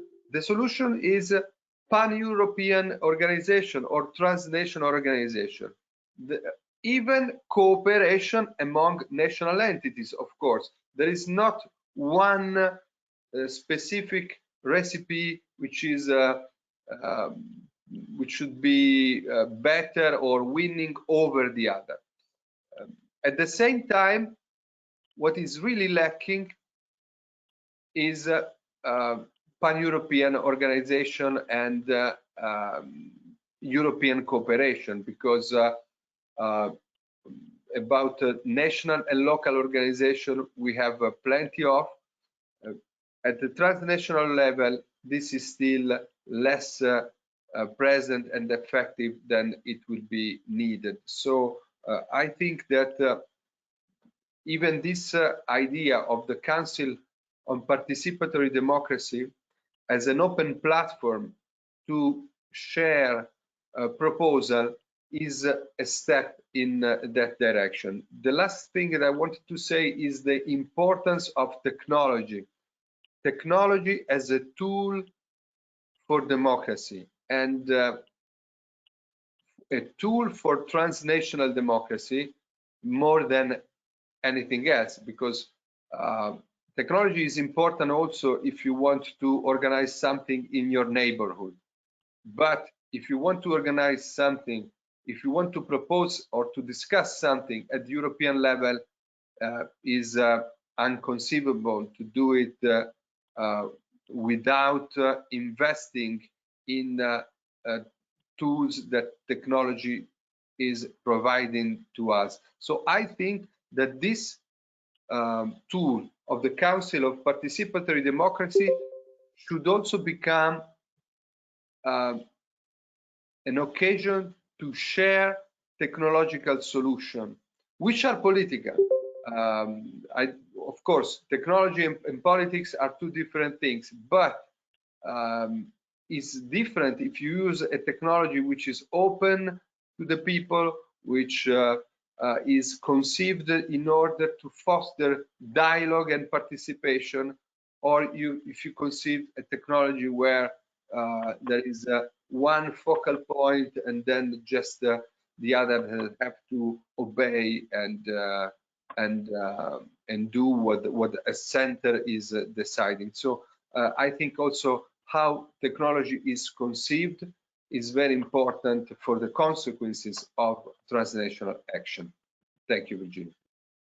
Thank you, Marco. So we have 7 minutes before the environmental session and the cannabis session. I see a few, Luca is encouraging us to talk about cooperation in Switzerland, but in the meantime, since I see a few people connected that didn't speak yet, maybe if you have any points on experiences, ideas, suggestions on how to foster this European, or not necessarily only European, approach to politics. For example, yesterday we heard about from Daniela Vancic from Democracy International on the idea of developing a world citizens initiative, so basically to enlarge the scope of the European Citizen Initiative. So there are a few projects and ideas on the table, but I would like to hear if it's possible from other perspective on this point that Marco and Naomi raised. Marco. Virginia, sorry, I forgot something, and the written intervention from Cesare made me think about it. What is lacking in this intervention? I don't know in the technology, so I don't know the worldwide stock market of ideas, but what is important is dialogue also. This is why Parliament should not be substituted completely by direct democracy, in my humble opinion, because there is the importance of having places in which people talk and trying to convince each other. There are plenty of European campaigns. What is very difficult at the European level is not really to run a campaign. It's difficult. You need translations, you need a lot of organizational work. But what is very difficult, even for linguistic barriers, is to discuss together, which is a fundamental phase in the democratic process. So we don't have to think politics just as a decision-making process. Is a decision-making process that should be made of information, discussion, debate, and then, of course, also optimization of the decision-making in itself. Sorry for this addition.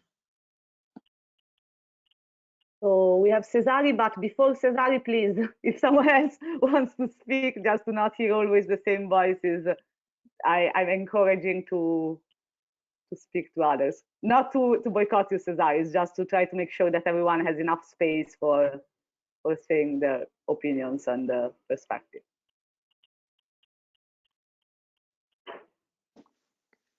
I see some green lights opening, so.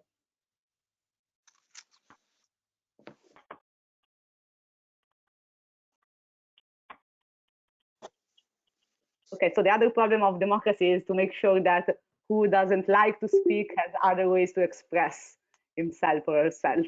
So, okay, Cesare, go, 2 minutes, 1 minute, 2 minutes. Well, so we have a technology that enables people to do all of that. Guess what? We're called the International. We got it. I swear we got it. I swear we got it. We're called the International Logic Party because we're international. We're also logical. But so we use this technology in our citizen assembly meetings. That's what this is all about. It's about people actually communicating and, like you said, trying to persuade one another of what the best ideas are, but while at the same time being open-minded to the best solution. So again, I invite you to use our technology at our citizen assembly meetings every Thursdays and Sundays until one of you starts to organize more meetings to discuss more ideas available to more people. Thank you. Thank you, Cesare. Joking apart, if you want to share again the invites for your meetings, I think it's an opportunity for those of us who want to check out how it works within your organization. It's good to know and experiment and see. Okay. Omri, do you have a, no, I see a raised hand. That's Deborah. Hello, everyone. I just want to say hello. I'll add a couple of things. It's my second meeting that I'm attending. I'm sitting in The Hague. I'm from New York City originally, and I'm one of my political activist hats is with DiEM25, one of the original members of the New York branch of DiEM25 in New York.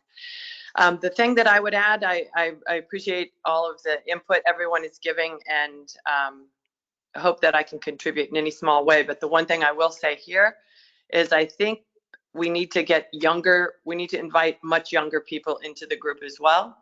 And I wish that I had access to even, and I'm thinking about it now, how to get some teenagers involved, because there are a lot of politically minded teenagers that are digital natives that are not struggling whatsoever with the idea of transnational, no border context with the way they conceptualize the world and their thinking. And I think that the idea, Marco, that you say about practicing discussion and disputation on the process of any sort of decision making, that a lot of the very young people of today are super active, and we should be sort of bringing them into these groups. So that might be something I can contribute to. And that's really all I wanted to say at this moment, and that I appreciate being here. Thank you very much. So 11:30, so we try to be on time. Before transitioning to the other two issue-based panel for the morning, I just want to remind for everyone who is attending that yesterday it was presented an important appointment, which is going to happen on the 9th of May. It's called Citizens Takeover Europe, and is again a coordination of multiple civil society organizations. The main organizer is European Alternatives, but it's really, they have an approach, as we all try to have, that is giving value to the network instead of the single organization that takes the responsibility to try to lead the way. So the 9th of May, the whole idea is to self-convocate civil society organizations and citizens in a format that is not only political debate in the deep meaning of the sense, but it's open for cultural events and other forms of participation online, mainly depending on the changes in the regulation, but we are working on that as an online festival, basically. 9th of May, European Citizens Takeover Europe. I'm going to share the concept note. Each organization can contribute. As humans, we are going to have two panels, one on the Stop Global Warming campaign, which is going to be one of the topics for this session, and another one on participatory democracy for sustainable development. So attaching the instruments and the use of tools to actual policies. So the two things sometimes happen in a vacuum. You have the organization who focus on methodologies and the organization who focus on issues. The whole idea, and like the council is a bit this as well, is to put the two things together with a sort of vision and ideas and values. So 9th of May, European Citizens Takeover. It's a very, very important appointment. Omri, wrap up this quick round that we had, and then we move to the sessions. Yeah, sure. So I think also if we're moving on to the issue of environment, which is also obviously very urgent and increasingly urgent, I think what we're seeing here, maybe for a bit of a larger perspective, is what happens when a global crisis actually occurs. You know, so the coronavirus, in a way, has shown us in an accelerated way what climate change hasn't done yet because it happens so slowly. So climate change happens over a long period of time. People find it difficult to visualize and really imagine what it looks like to have a global crisis. And now we got one. And we're all sitting here in our respective kitchens, living rooms, home office, whatever it is, and doing things very differently. And we adapt because we are human beings. And sometimes when you're in the middle of a crisis, it's difficult to get the long-term perspective of what it looks like, what it might be like down the line.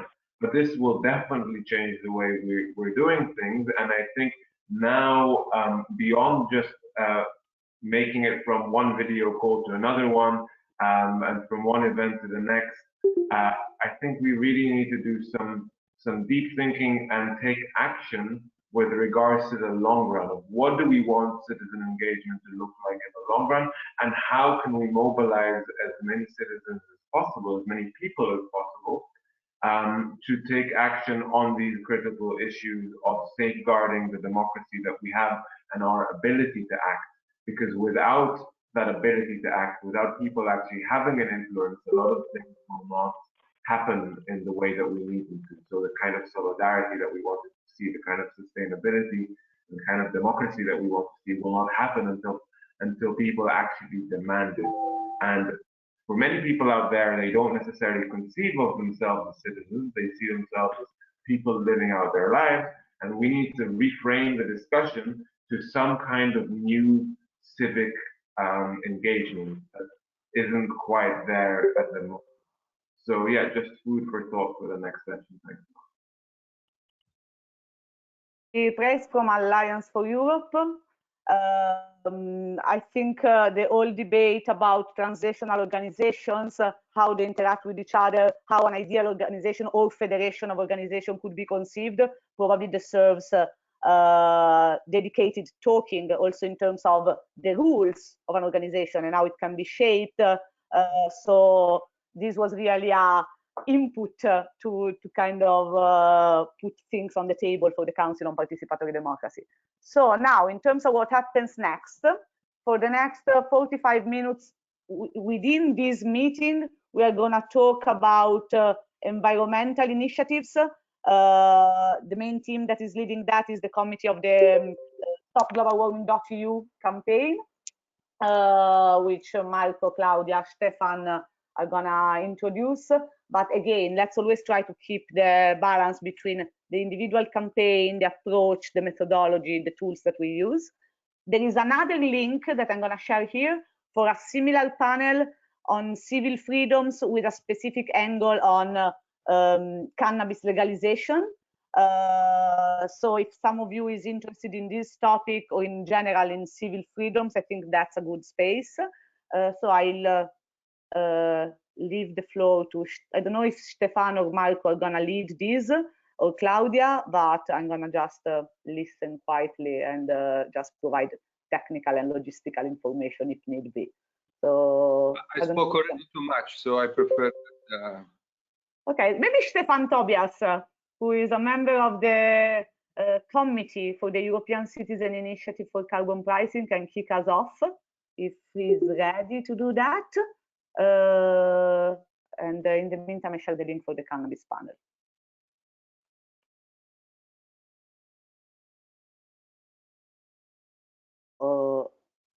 Or Claudia, Stefan is not ready.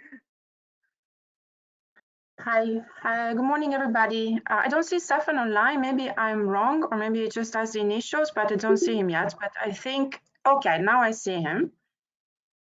Stefan, do you want to start, or shall I start giving just a brief introductions to the initiative? Stefan? Okay, I'll just go on.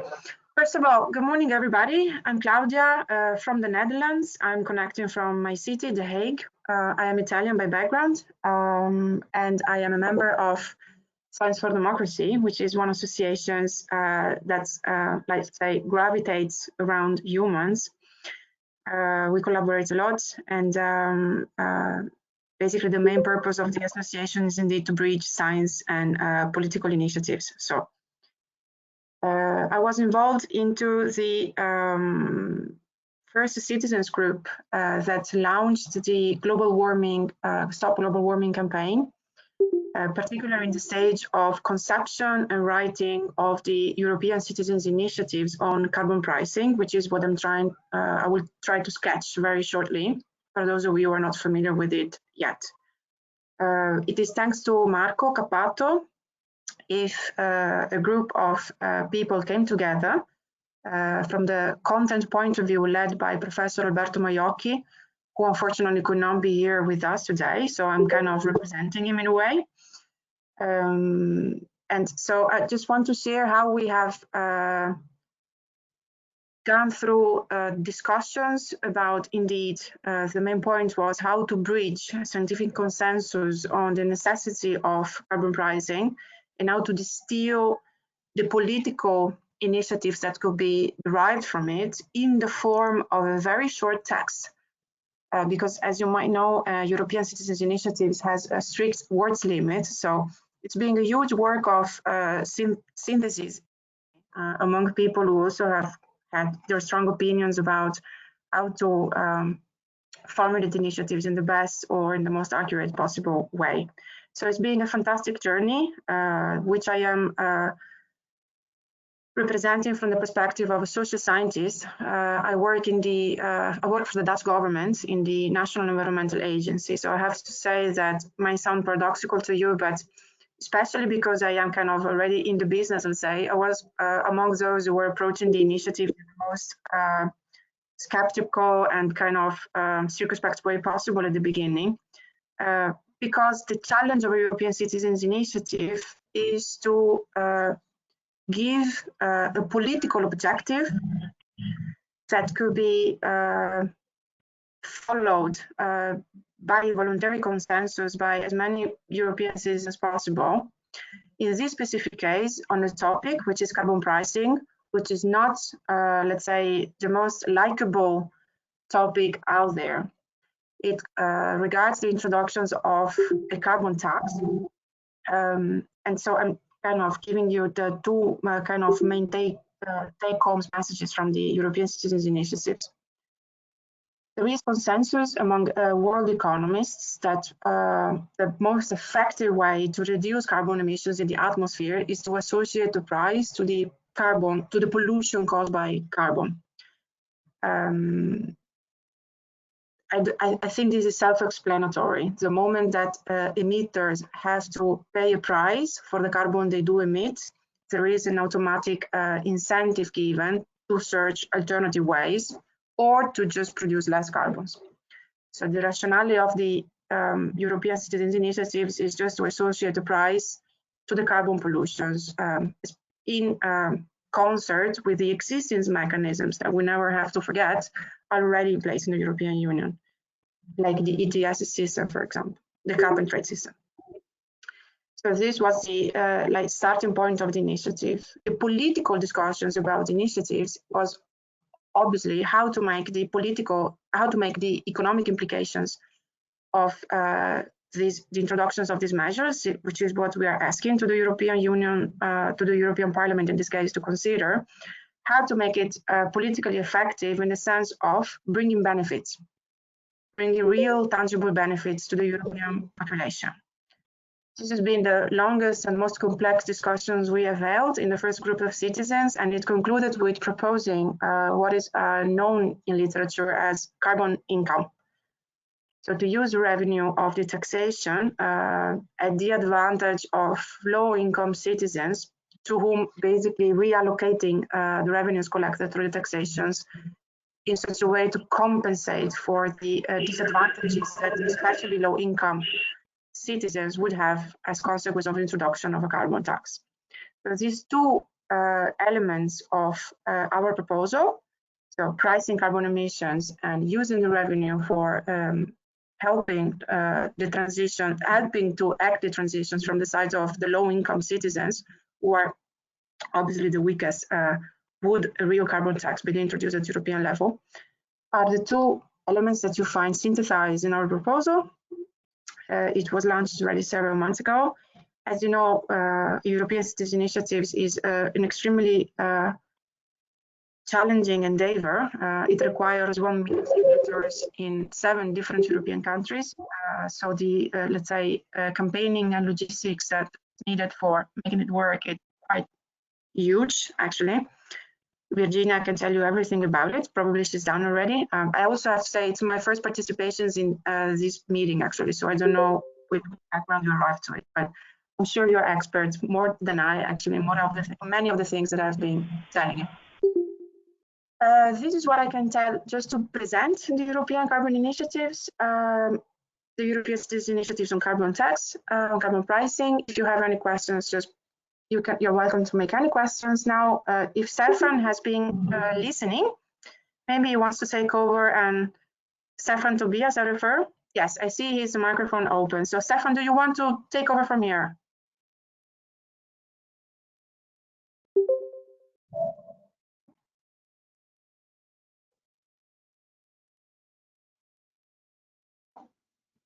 Not a lucky day for microphones. Stefan?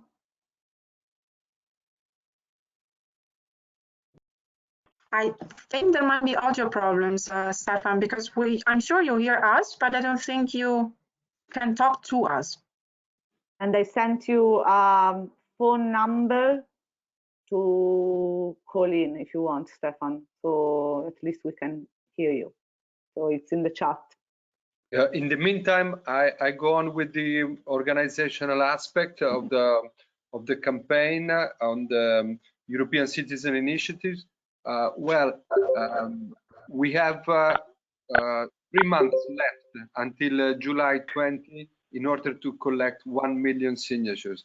The campaign, in fact, started 2 days ago, because even if the European Citizen Initiative is active since 9 months, the real campaign started just, sorry, this is my daughter, started just 2 days ago through the mobilization of some very well-known women and showmen in Italy, so that we collected almost 20,000 signatures in a couple of days. And the idea is to count on a very simple website, stopglobalwarming.eu, in order to not just to convince people of the need to fight climate change, but to collect the signatures of people that are already convinced, in a way, because it would be much more than enough to have them on board in order to reach the goal of 1 million signatures. As you know, European Citizen Initiatives signatures should be collected from at least 7 countries.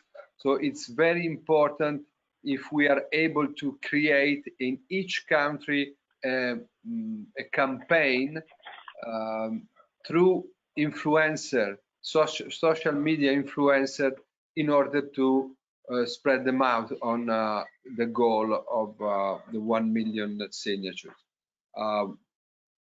We are preparing, and something is already on the website, the material, multi-language material, in order to allow everybody to organize his own individual campaign.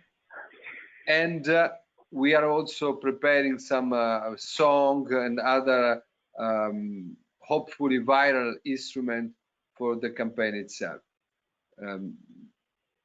So basically, this is it. I think that even if the goal is huge, 1 million signature, we have the possibility of reaching it. It's a moment in which physical demonstrations are made impossible, and the world is occupied with the coronavirus crisis. But I think this is also the right moment of thinking about how the recovery should be done, because probably in the coming months, thousands of billions of euros of public money will be spent to help the recovery. So it is exactly the right time to ask that this money could be spent taking care of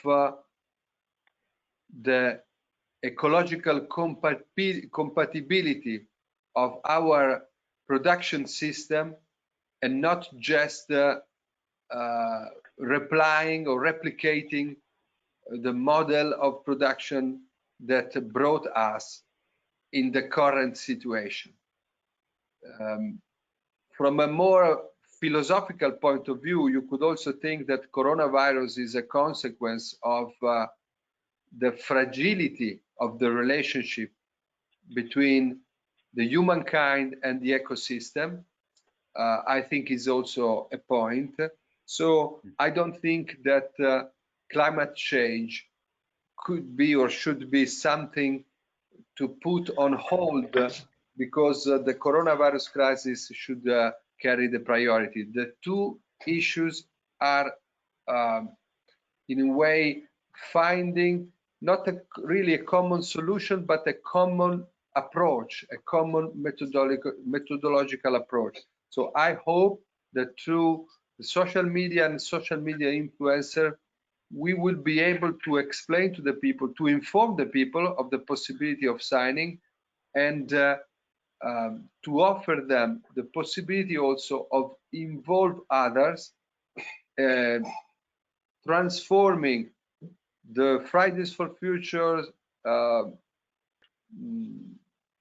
tens of thousands of people, of millions of people mobilization around Europe, transforming them in a digital mobilization in order to oblige the European Commission to take account of this proposal. I think there is a good, in principle, a good willing from the European Commission to realize a tax border adjustment and the carbon tax system, but there are strong resistances from nation states. So if a strong input is coming from the citizens, this could be of tremendous help in the political agenda of the European Commission.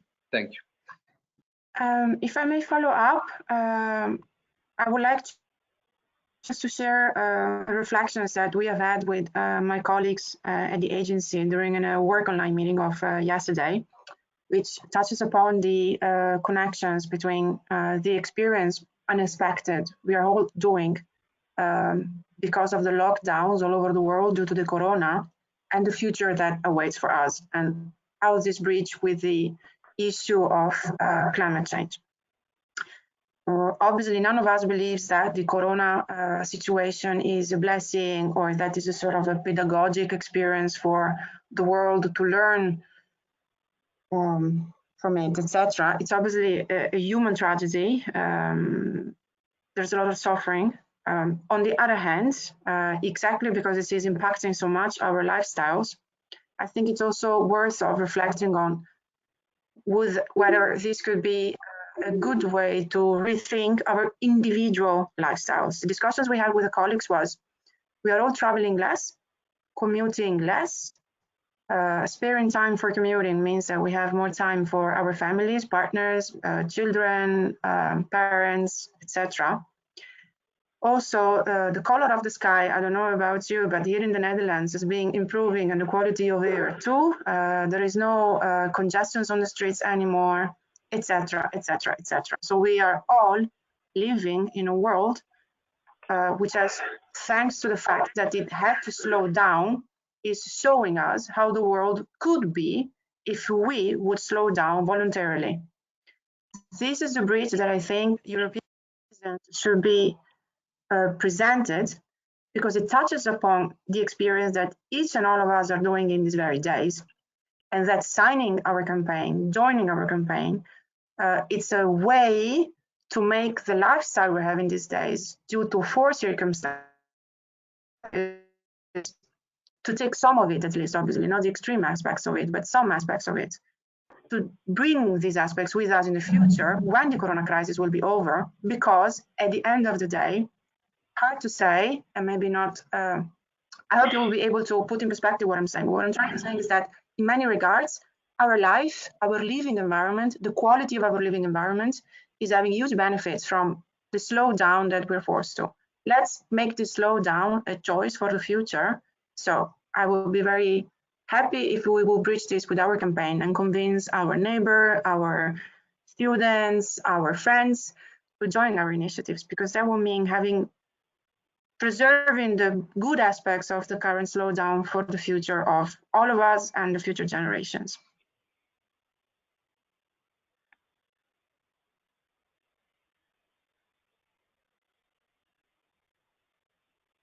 So I see Stefan was finally probably able to speak.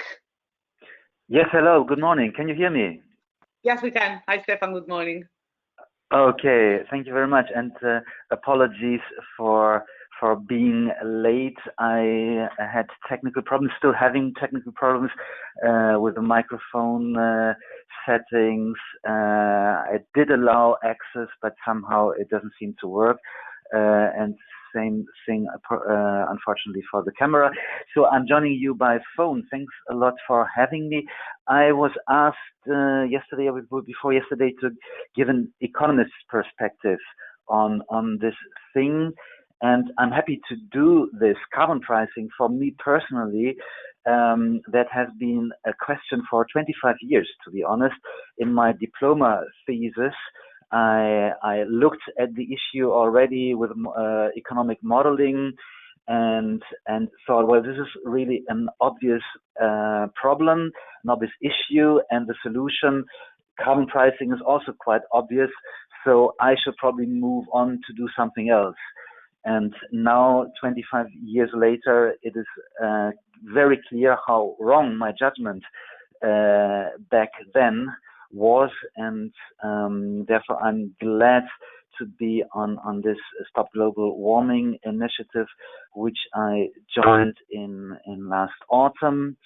And yeah, for me as an economist, the major attraction of carbon pricing is, like for other economists, is it allows an efficient climate action, and therefore allows to maximizing the impact of climate action at given cost. And that obviously is so important given the climate urgency we are in, with a carbon budget or greenhouse gas budget that is exhausted in less than 10 years if mankind continues on the current trajectory. So exhausted in 10 years in order to be compatible with the Paris Agreement 1.5 degrees goal. And that is why carbon pricing as a cost-efficient tool is so important. Carbon pricing can address emissions from any sources in a uniform way. It is therefore both fair and economically efficient, and it allows us to do the energy transition that we are aiming for at minimum cost, and therefore Greta and friends will be delighted. And indeed, the German Friday for Futures movement, they push carbon pricing as one of their policy goals, with a price of 180 euros per ton. That is the recommendation by the German Federal Agency for the Environment. So this is an idea that has trickled down to this movement, and that is a very promising sign. Another aspect from an economist's point of view that I believe is much too often forgotten is the fact that carbon pricing yields revenues. And that is a really important difference compared to bans or regulations, other regulations. These revenues that carbon pricing can generate, they should be used to support the energy transition by supporting vulnerable households, as our European Citizen Initiative already calls for. Also climate-related research, for example, to drive down the cost of carbon capture and storage, to reduce process emissions from cement production, etc. And we should really shift the money from polluters to society as a whole, and it will be society as a whole who will benefit. And those who pollute less than the average people, they will directly also benefit financially. And any reasonable carbon price, let's say 100 euros per ton, maybe 200, but probably not 1,000 euros, that will benefit society as a whole by allowing to compensate losers and making the transition politically feasible. And we should use these revenues to develop alternative forms of transport, building, heating, industry processes. So there are a host of things we should promote by using these revenues. And the third aspect that I would like to highlight from an economic perspective, that is that carbon pricing can also incentivize negative emissions, which is also, unfortunately, an aspect often forgotten in the debate. Negative emissions, for example, from afforestation or carbon capture and storage. Pay a compensation, for example, to anyone growing a tree, where a payback of this compensation would be required only if and when that tree is burnt or left to decay, in which case there would then again be the positive carbon price on those positive emissions, but no payback should be required as long as wood remains wood, for example, in house building material.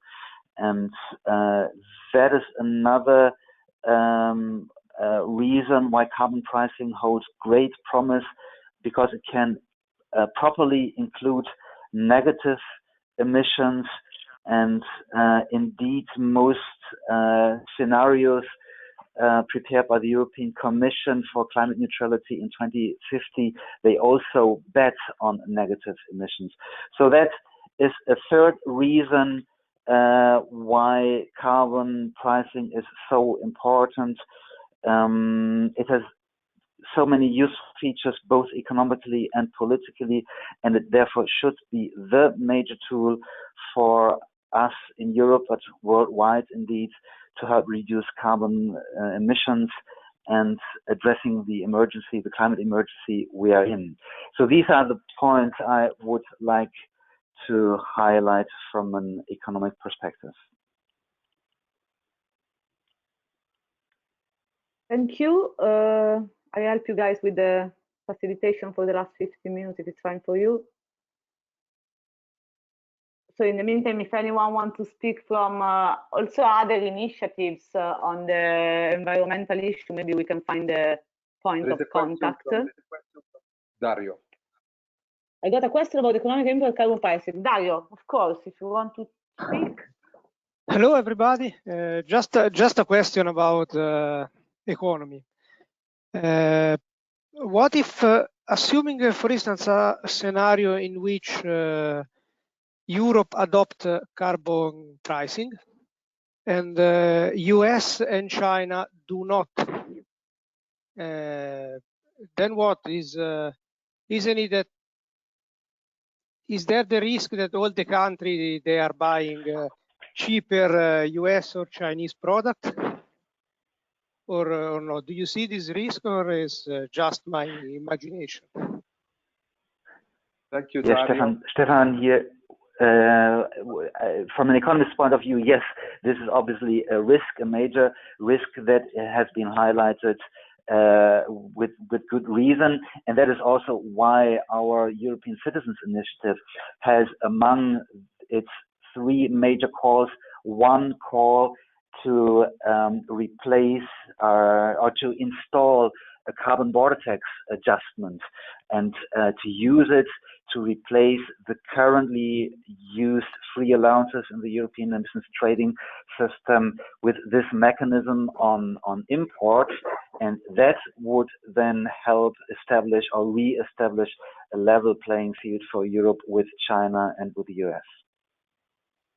Yeah, sorry, could you, Stefan, explain how this carbon tax border adjustment would work? Yes. Well, it would simply mean to, it would mean to put a price on carbon that is embedded in imported products, but that had not been properly taxed in the country of origin where those carbon emissions occurred. So if at some point the US decides, okay, we are going to put a proper price on carbon, then there would not be a reason. But as long this is not the case for the US, China, or anyone else, then the European Union, when importing such a product, would, so to speak, at a later stage, impose that carbon price that had not been imposed earlier in the US or China, and thereby establish a level playing field, fair competition with European producers. I would add on that, thank you, Stefan, that this could carry as the result a kind of incitement to other countries like China, the US, to apply a carbon tax, because as Stefan explained, if a non-European country will not apply a carbon tax, then the exports toward Europe will be subjected to a tax border adjustment. So for those exports, they would give money to Europe at the end. If they apply directly a carbon tax, that money they would maintain, they would keep that money for their own. So the result is an encouragement. Once Europe fixes a level of carbon tax, there will be an incentive to third countries to do the same, or at least to have some mechanism of carbon tax, of carbon pricing. Yeah, that's perfectly Can I ask right. Can I ask another question? Yes. To the same topic. Yes, I agree with that, but I was just concerned, for instance, about what's going on in South America, for instance, or Asia importing American product instead of European product, which are more expensive and more eco-friendly. Well, that is another important aspect indeed of this question, and not just to look at imports and maybe put a carbon price on them, but also to look at exports. And that is, I believe, the politically and environmentally more tricky question for Europe to answer. Would we as Europe then say, okay, when we export to South America, where countries could get their products from the US where carbon is not priced, would we then deduct during the exporting process this carbon price? I'm not sure, to be honest, whether we should do it, because that would take an incentive away for other countries also to think about carbon pricing. It would make the exportation of this carbon pricing model to the world more difficult. But in the end, probably it would have to be decided on a case-by-case basis. If Europe says, okay, we absolutely need to be able to export cement on a competitive basis to South America in order, also to be able to compete with the US, then there might be a case to deduct that carbon price that has been paid initially when it is exported. But I would be very careful. I would not recommend to do this generally.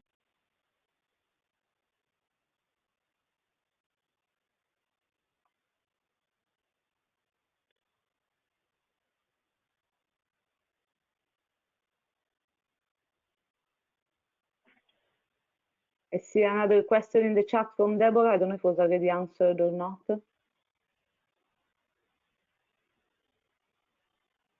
Shall I read it out loud? Oh, Deborah, I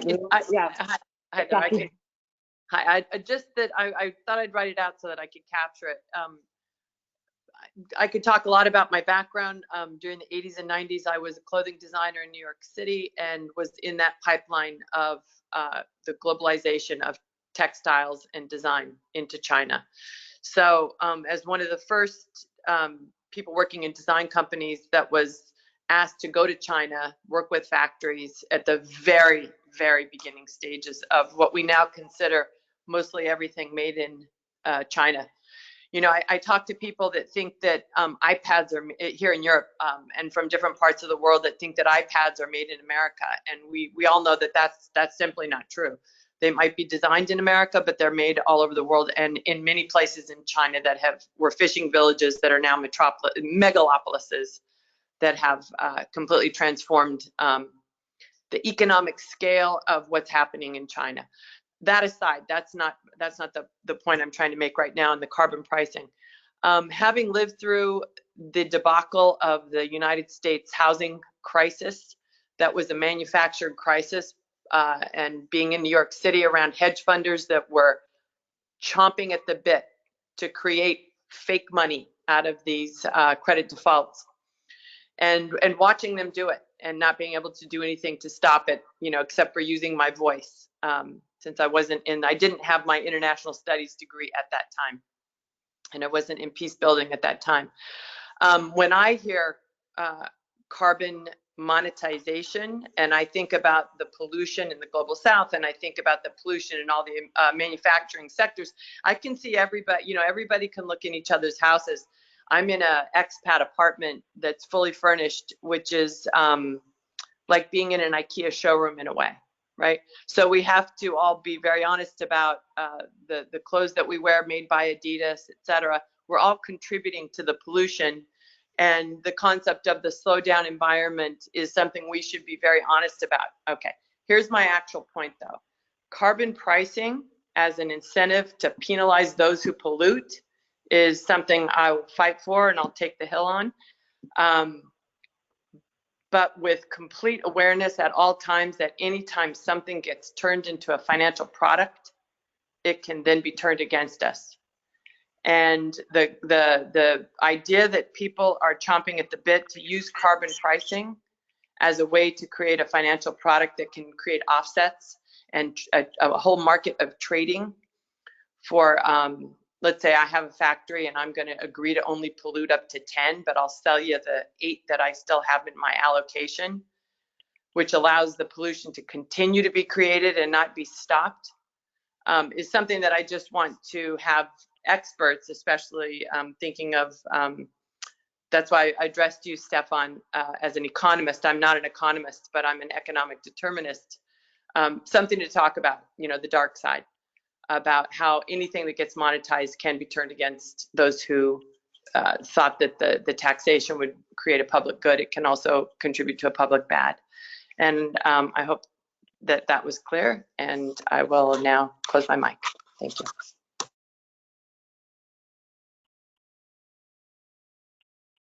Well, I think that's a difficult question for me, at least, to maybe some comments. It is obviously important to have strict enforcement in place in order to control that not more emissions are emitted by a polluter than the polluter has paid for. But it is not clearly not important to wanting to stop emissions outright. What is important is that emissions are properly counted, and if I have an emissions budget, for example, this less than 10 years that I mentioned before that mankind still has on the current trajectory of carbon emissions, but then it would have to stop in order to reach the Paris Agreement's 1.5 degrees goal. If there are additional emissions at one place, there needs to be less emissions at another place. So these emissions, they must all be properly measured, taken into account. And yes, there might be the risk of opaque financial products, just with any other financial product probably, but I don't think this is a point against carbon pricing.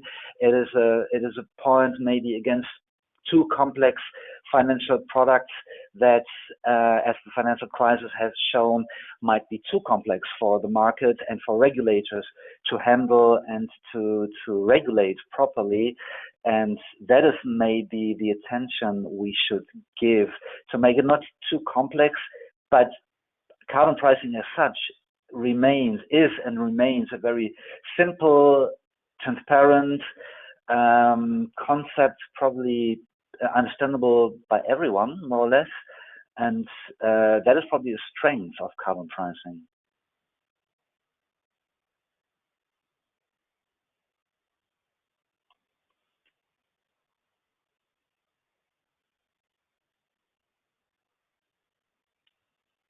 Does anyone have any other comment, both on the carbon pricing initiative or other initiative that you see can overlap somehow?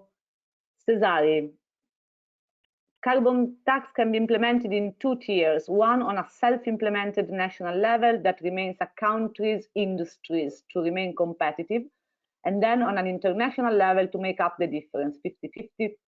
But this way it can be implemented as able progressively. Feedback from Cesare. Well, the European Citizen Initiative is instead progressive, as Stefan was explaining, and this is important to allow a gradual reaction by industry in order to adapt investment in the medium and long term to the new price of carbon.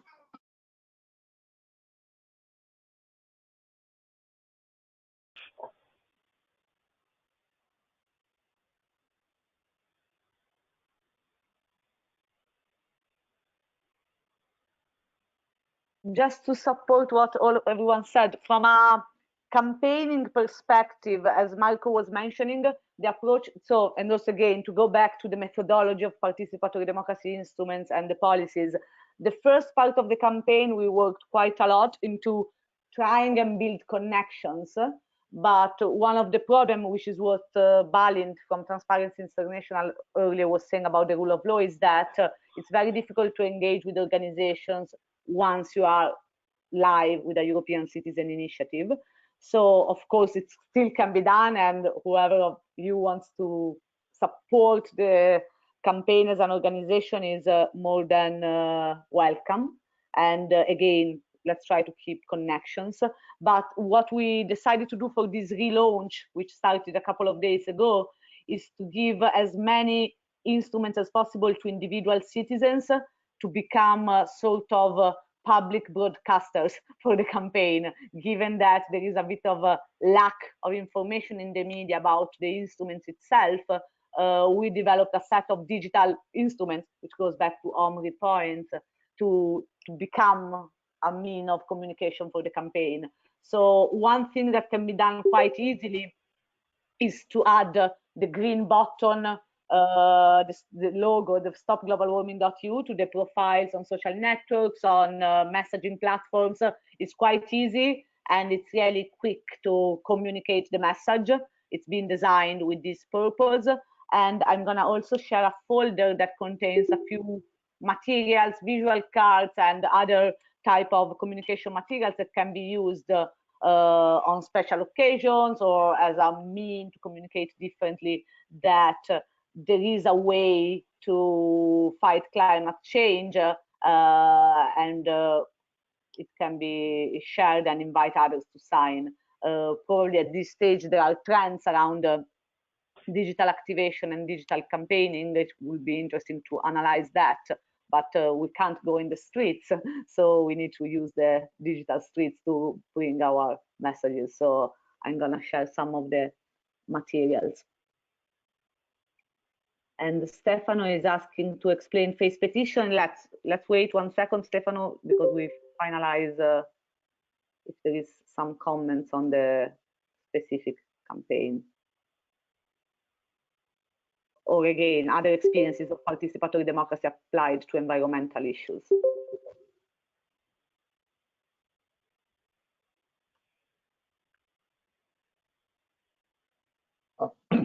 I'd like to make a quick comment.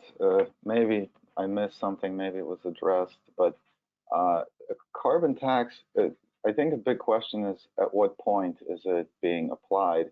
Is it being applied on emissions, or is it being applied at some other stage of the production process? I mean, if you're burning wood, it doesn't really make sense to tax you on emissions of wood because they come from trees which will regrow. So I think the tax should really be on resource extraction. That's where the carbon, the extra taxes come from. Excuse me, that's where the extra carbon comes from. It's from getting the carbon out of the ground. So maybe the carbon tax should be imposed by fossil fuel producers, and maybe on if they don't impose that themselves, then you can have tariffs on imports from those fossil fuel producers as a penalty for failure to self-impose. But anyways, this is interesting to me. Yeah, if I can comment on that, I quoted the example of wood because that is a good example to highlight the benefits of carbon pricing also for negative emissions. Carbon pricing could incentivize negative emissions, which are obviously a positive thing to get emissions out of the atmosphere, by giving an incentive to people to do afforestation, to grow trees. And if they get paid for growing the trees, obviously the other side of the coin is then that they would have to repay that part of the money later on when they start burning these trees for which they have been paid to grow. And the incentive remains intact, or the carbon remains intact if the wood is not burned, but for example, used as a buildings material. So that really makes sense as a consistent instrument, carbon pricing, both for positive and negative emissions. And that is why it could make sense to penalize burning wood, because it will, emit carbon like any other burning process.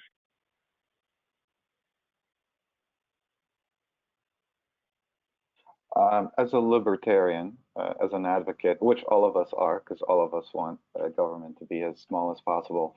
The question is, how small can it possibly be? You know, I think the more complicated you make it, the more it costs the taxpayers. And the simplest, really the source of the problem is at extracting carbon from the ground, from the fossilized deposits. So that would really be the most reasonable thing, I think. The wood and what's on the surface of the planet is in a constant state of turnover. It should be neglected, whether you grow trees or burn trees. They kind of replace themselves eventually. It doesn't really matter. Yeah, but wouldn't it give a great incentive to Brazil, for example, not to cut and maybe burn, who knows, their trees, but just to let them in place? If in an ideal world there was international carbon pricing, including Brazil, then it could give them an incentive not to cut down their Amazon forest. So I think there is a case to apply carbon pricing also to negative emissions.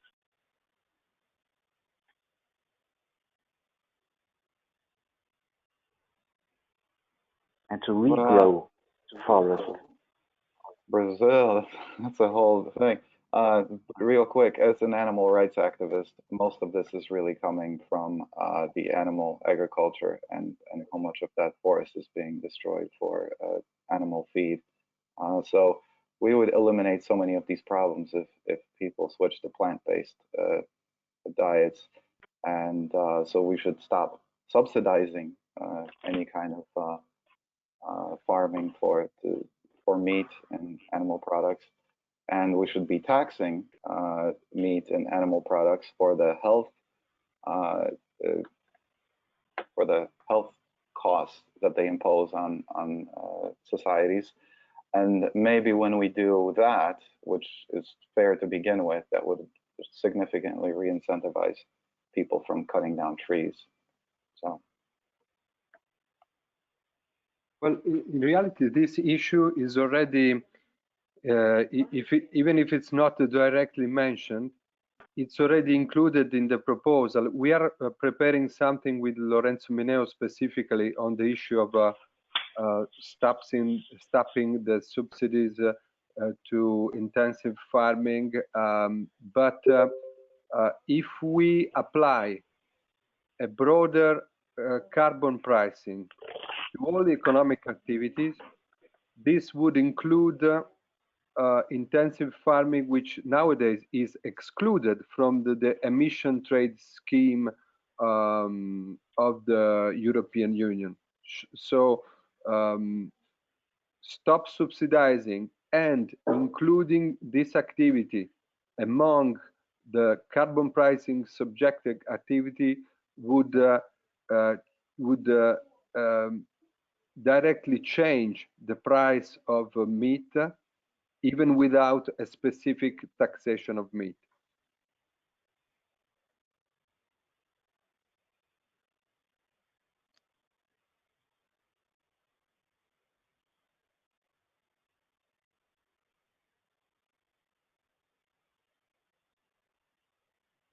There is another comment from Deborah, who don't know if she wants to say it, or shall I read it out loud?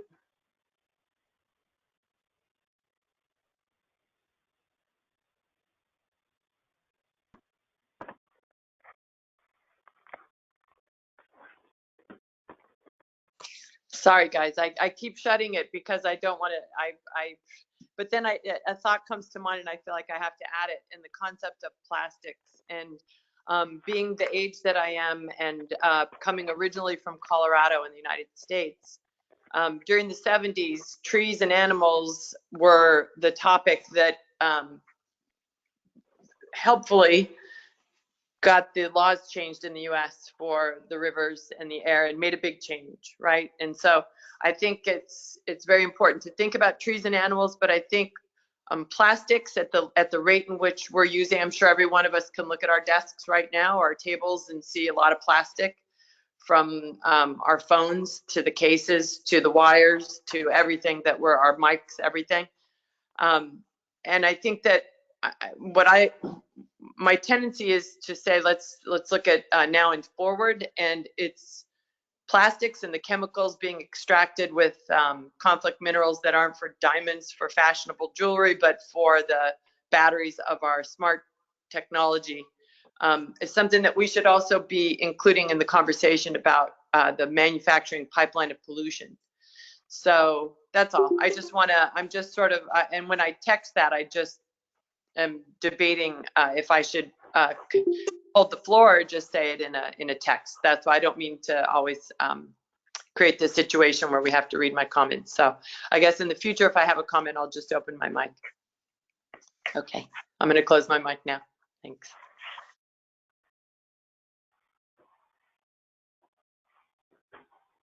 Just to try and see, because we, according to the program, we have time until 1, and I see someone connected and looking at the registration was more for the general debate, like Ian from Pulse from Europe and other people. So, and the cannabis team should be back. So let's use last 5 minutes for first closing the round on environment, and then we have just really half an hour for final comments, if there are any. So environmentalists of Europe, that's the time to speak if you want to.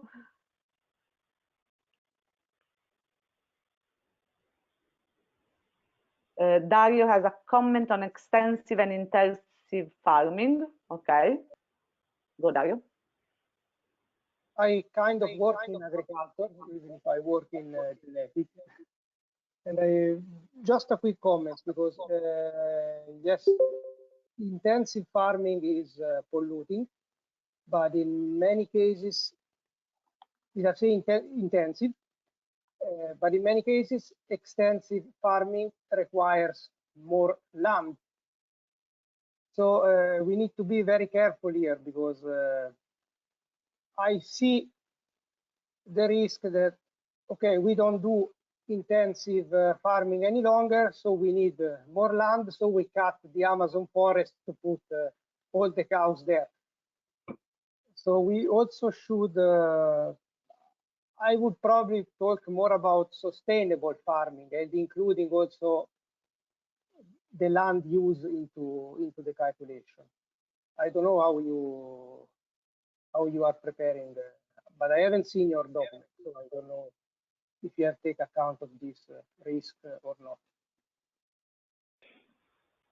We have Lorenzo Mineo that is working on that, but maybe we can share with you the draft on that. Again, the methodology is always the same. There is not a final document, but the idea is to put together the people interested in the topic. So maybe once we have finished, we can connect those of you who are interested in the different areas and build on that. Also because Lorenzo just finished moderating the other panel on cannabis, I'm not sure if he's ready to switch from cannabis to intensive farming, or maybe he is. I don't know the powerful effects of cannabis. No, very quickly, we have a lot of scientific research is saying that intensive farming is one of the main causes of global warming, and the incredible contradiction is that the European Union is funding this industry through, for instance, the common agricultural policies. And so the basis of this initiative, this draft of initiative, that could be a petition, it could be something else, is to cut funding within the cap that are for intensive farming. So first of all, there should be a definition of intensive farming, something that is missing nowadays in the European legislation. But from that starting point, we could talk about excluding intensive farming from the CAP. So that we will share, of course, the details of these draft proposals, and we will discuss with other MEPs and organizations. We are trying to put to be in touch with the Greenpeace, for example, which is still also working on this, and we will see if we can build an initiative.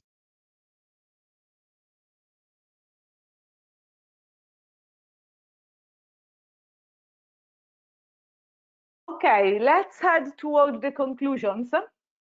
And as a element of trade union, I will keep the petition to the European Parliament, the "You Can Do It" petition, which was conceived in the first meeting of the Council. Within that petition, and maybe someone can share the link in the chat, the approach that was used was to combine the management of the coronavirus crisis needs together with policies around social, economic, and climate crisis. So also the whole discourse around the climate law and the ecological transition is included in that. I get this moment to just remind, for those who didn't hear all the previous parts, this is one of the problems with meetings, that it's difficult to bookmark the moments. But the petition will be presented on the 30th of April in front of the petition committee at the European Parliament, I mean in front remotely, and to enforce the message that there are citizens behind the initiative. We also worked on a project called Face Petition. It's a prototype for a campaigning instrument, which basically allows every one of you to adopt a word of the petition and to put your face on that, so that during the hearing we will be able to display the faces of citizens and people that are supporting the initiative. We are populating that in these hours, so it takes only 2 minutes, but it can be a way to bring a stronger message during the hearing. So I'm gonna share the link for this sort of crowdsourcing moment here. Okay, let's use these last minutes for a sort of a wrap up of everything that we discussed in these 2 sessions, yesterday and today. Yesterday we focused on the element of information, looking at the Swiss model. Bruno Kaufmann did overview both on the institutional information and the media industry. Then we had some very good perspective on designing deliberative processes. It was guided by Michele Fiorillo, and we went from G1000 to the Council of Madrid and the Belgian Francophone Parliament. And then we had a focus on the future, the conference on the future of Europe, but more in general about self-organized citizen assemblies. The whole point here is to build up a proposal that can be brought among the networks that we all populate with. We also presented yesterday the 9th of May appointment. Lorenzo Marsidi from European Alternatives gave a presentation for this appointment. And today more on the topics rule of law, environment, and cannabis for the other panel. The element that keeps all of these things together is how we can work on ways to empower citizens to act on a transnational level, which instruments can be activated among those that the institution provides and those that can be invented. So I think we can do a quick round, 2 minutes each, if there is anything that you want to shoot with the plenary. Otherwise, then we will follow up with materials and spaces for debate for those of you who want to keep the conversation going. So instead of just talking, maybe if you write down your names into the chat, it's a bit easier to keep an order and get a sense of who wants to speak. And if no one wants to speak, we can have a longer lunch break.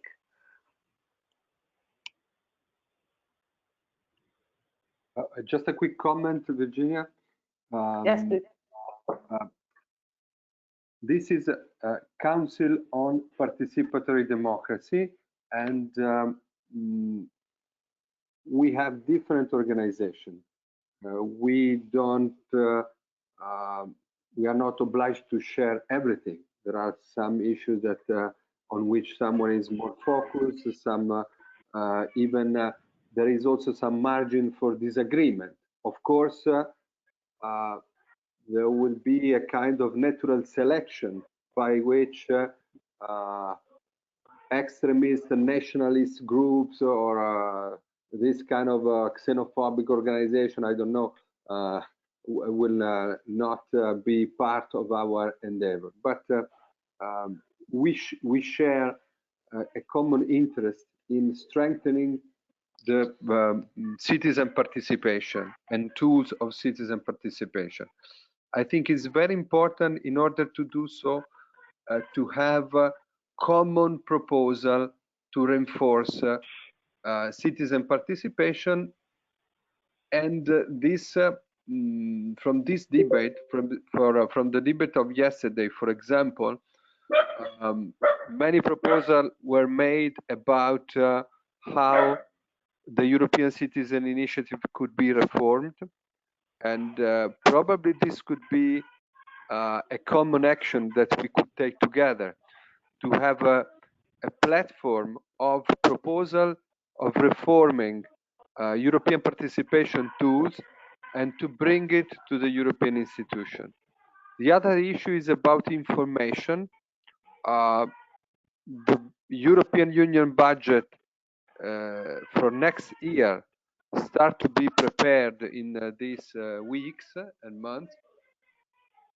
So we should, I think, transform our idea of having information on participatory democracy strengthened, to transform it and translate it in some budget amendment to the EU budget. And I think so on some very even limited but concrete proposal, we could unite different groups of different extraction. Thank you, Marco. We have Deborah who signed up for adding something. Sorry, Deborah, I closed your microphone, but yeah, okay, cool. You have it. You said for Deborah, right? You said I didn't. Yeah. Okay. The thing that I do want to add. One second, that I know there is someone that is fighting aggressively. There's some feedback. Yeah. Okay.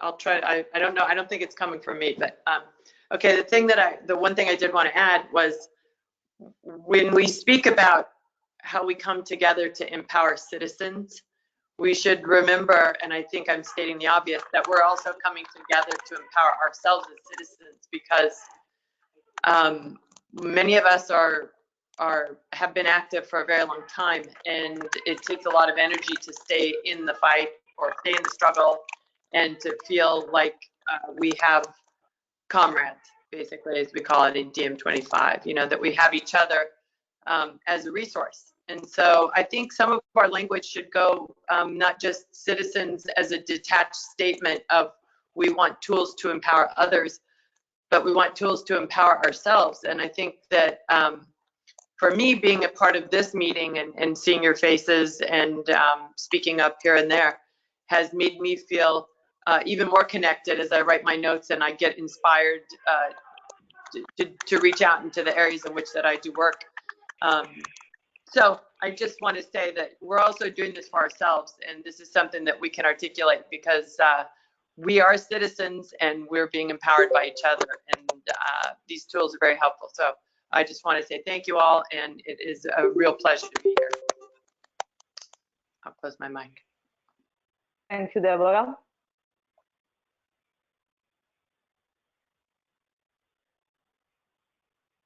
Okay, any other comment, initiatives that you're working on that you want to share? That's the brutal self-promotion moment beside the International Logic Party that we know about and the guys from Più Democrazia Italia that we know about. So anyone else that has initiatives that haven't been mentioned yet, it's the right moment to share. And I hope Cesare and Leonello know that I'm joking. So.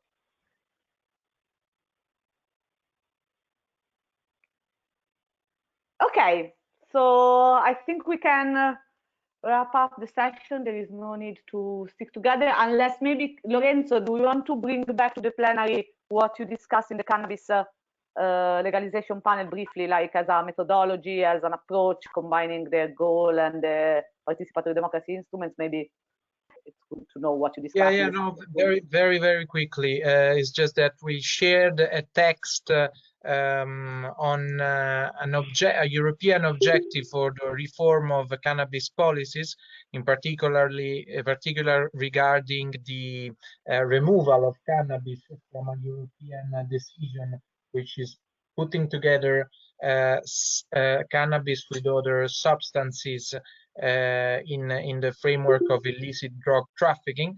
Well, basically the consequence of this decision is that any European member state can fully legalize. Luxembourg, for example, who tried to legalize, couldn't, just because of this framework decision. So an idea for a common initiative, European initiative on cannabis could be a petition, an ECI, or something else regarding the removal of cannabis from this framework decision. We already shared a text based on this objective with several organizations. We agreed today of publishing a kind of manifesto of European activists on cannabis on the basis of this objective, and then we give us a month more or less to convene a meeting that could be the general states of cannabis in Europe, starting from this manifesto.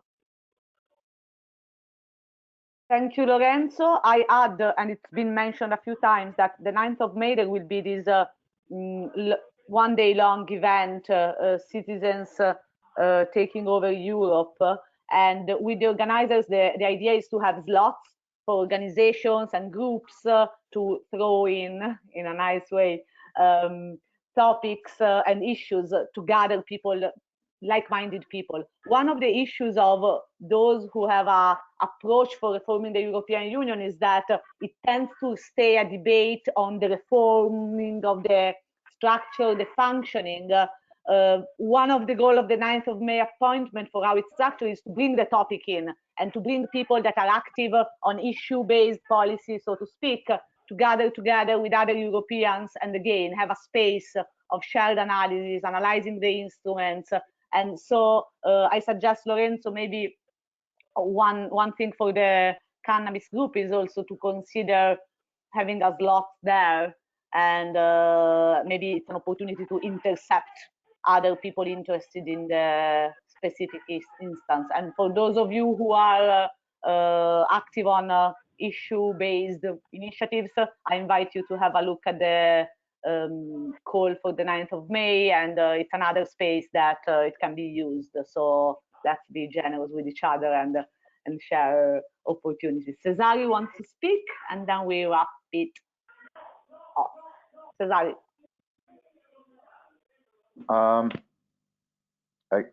Again, I just want to invite you guys to check it out.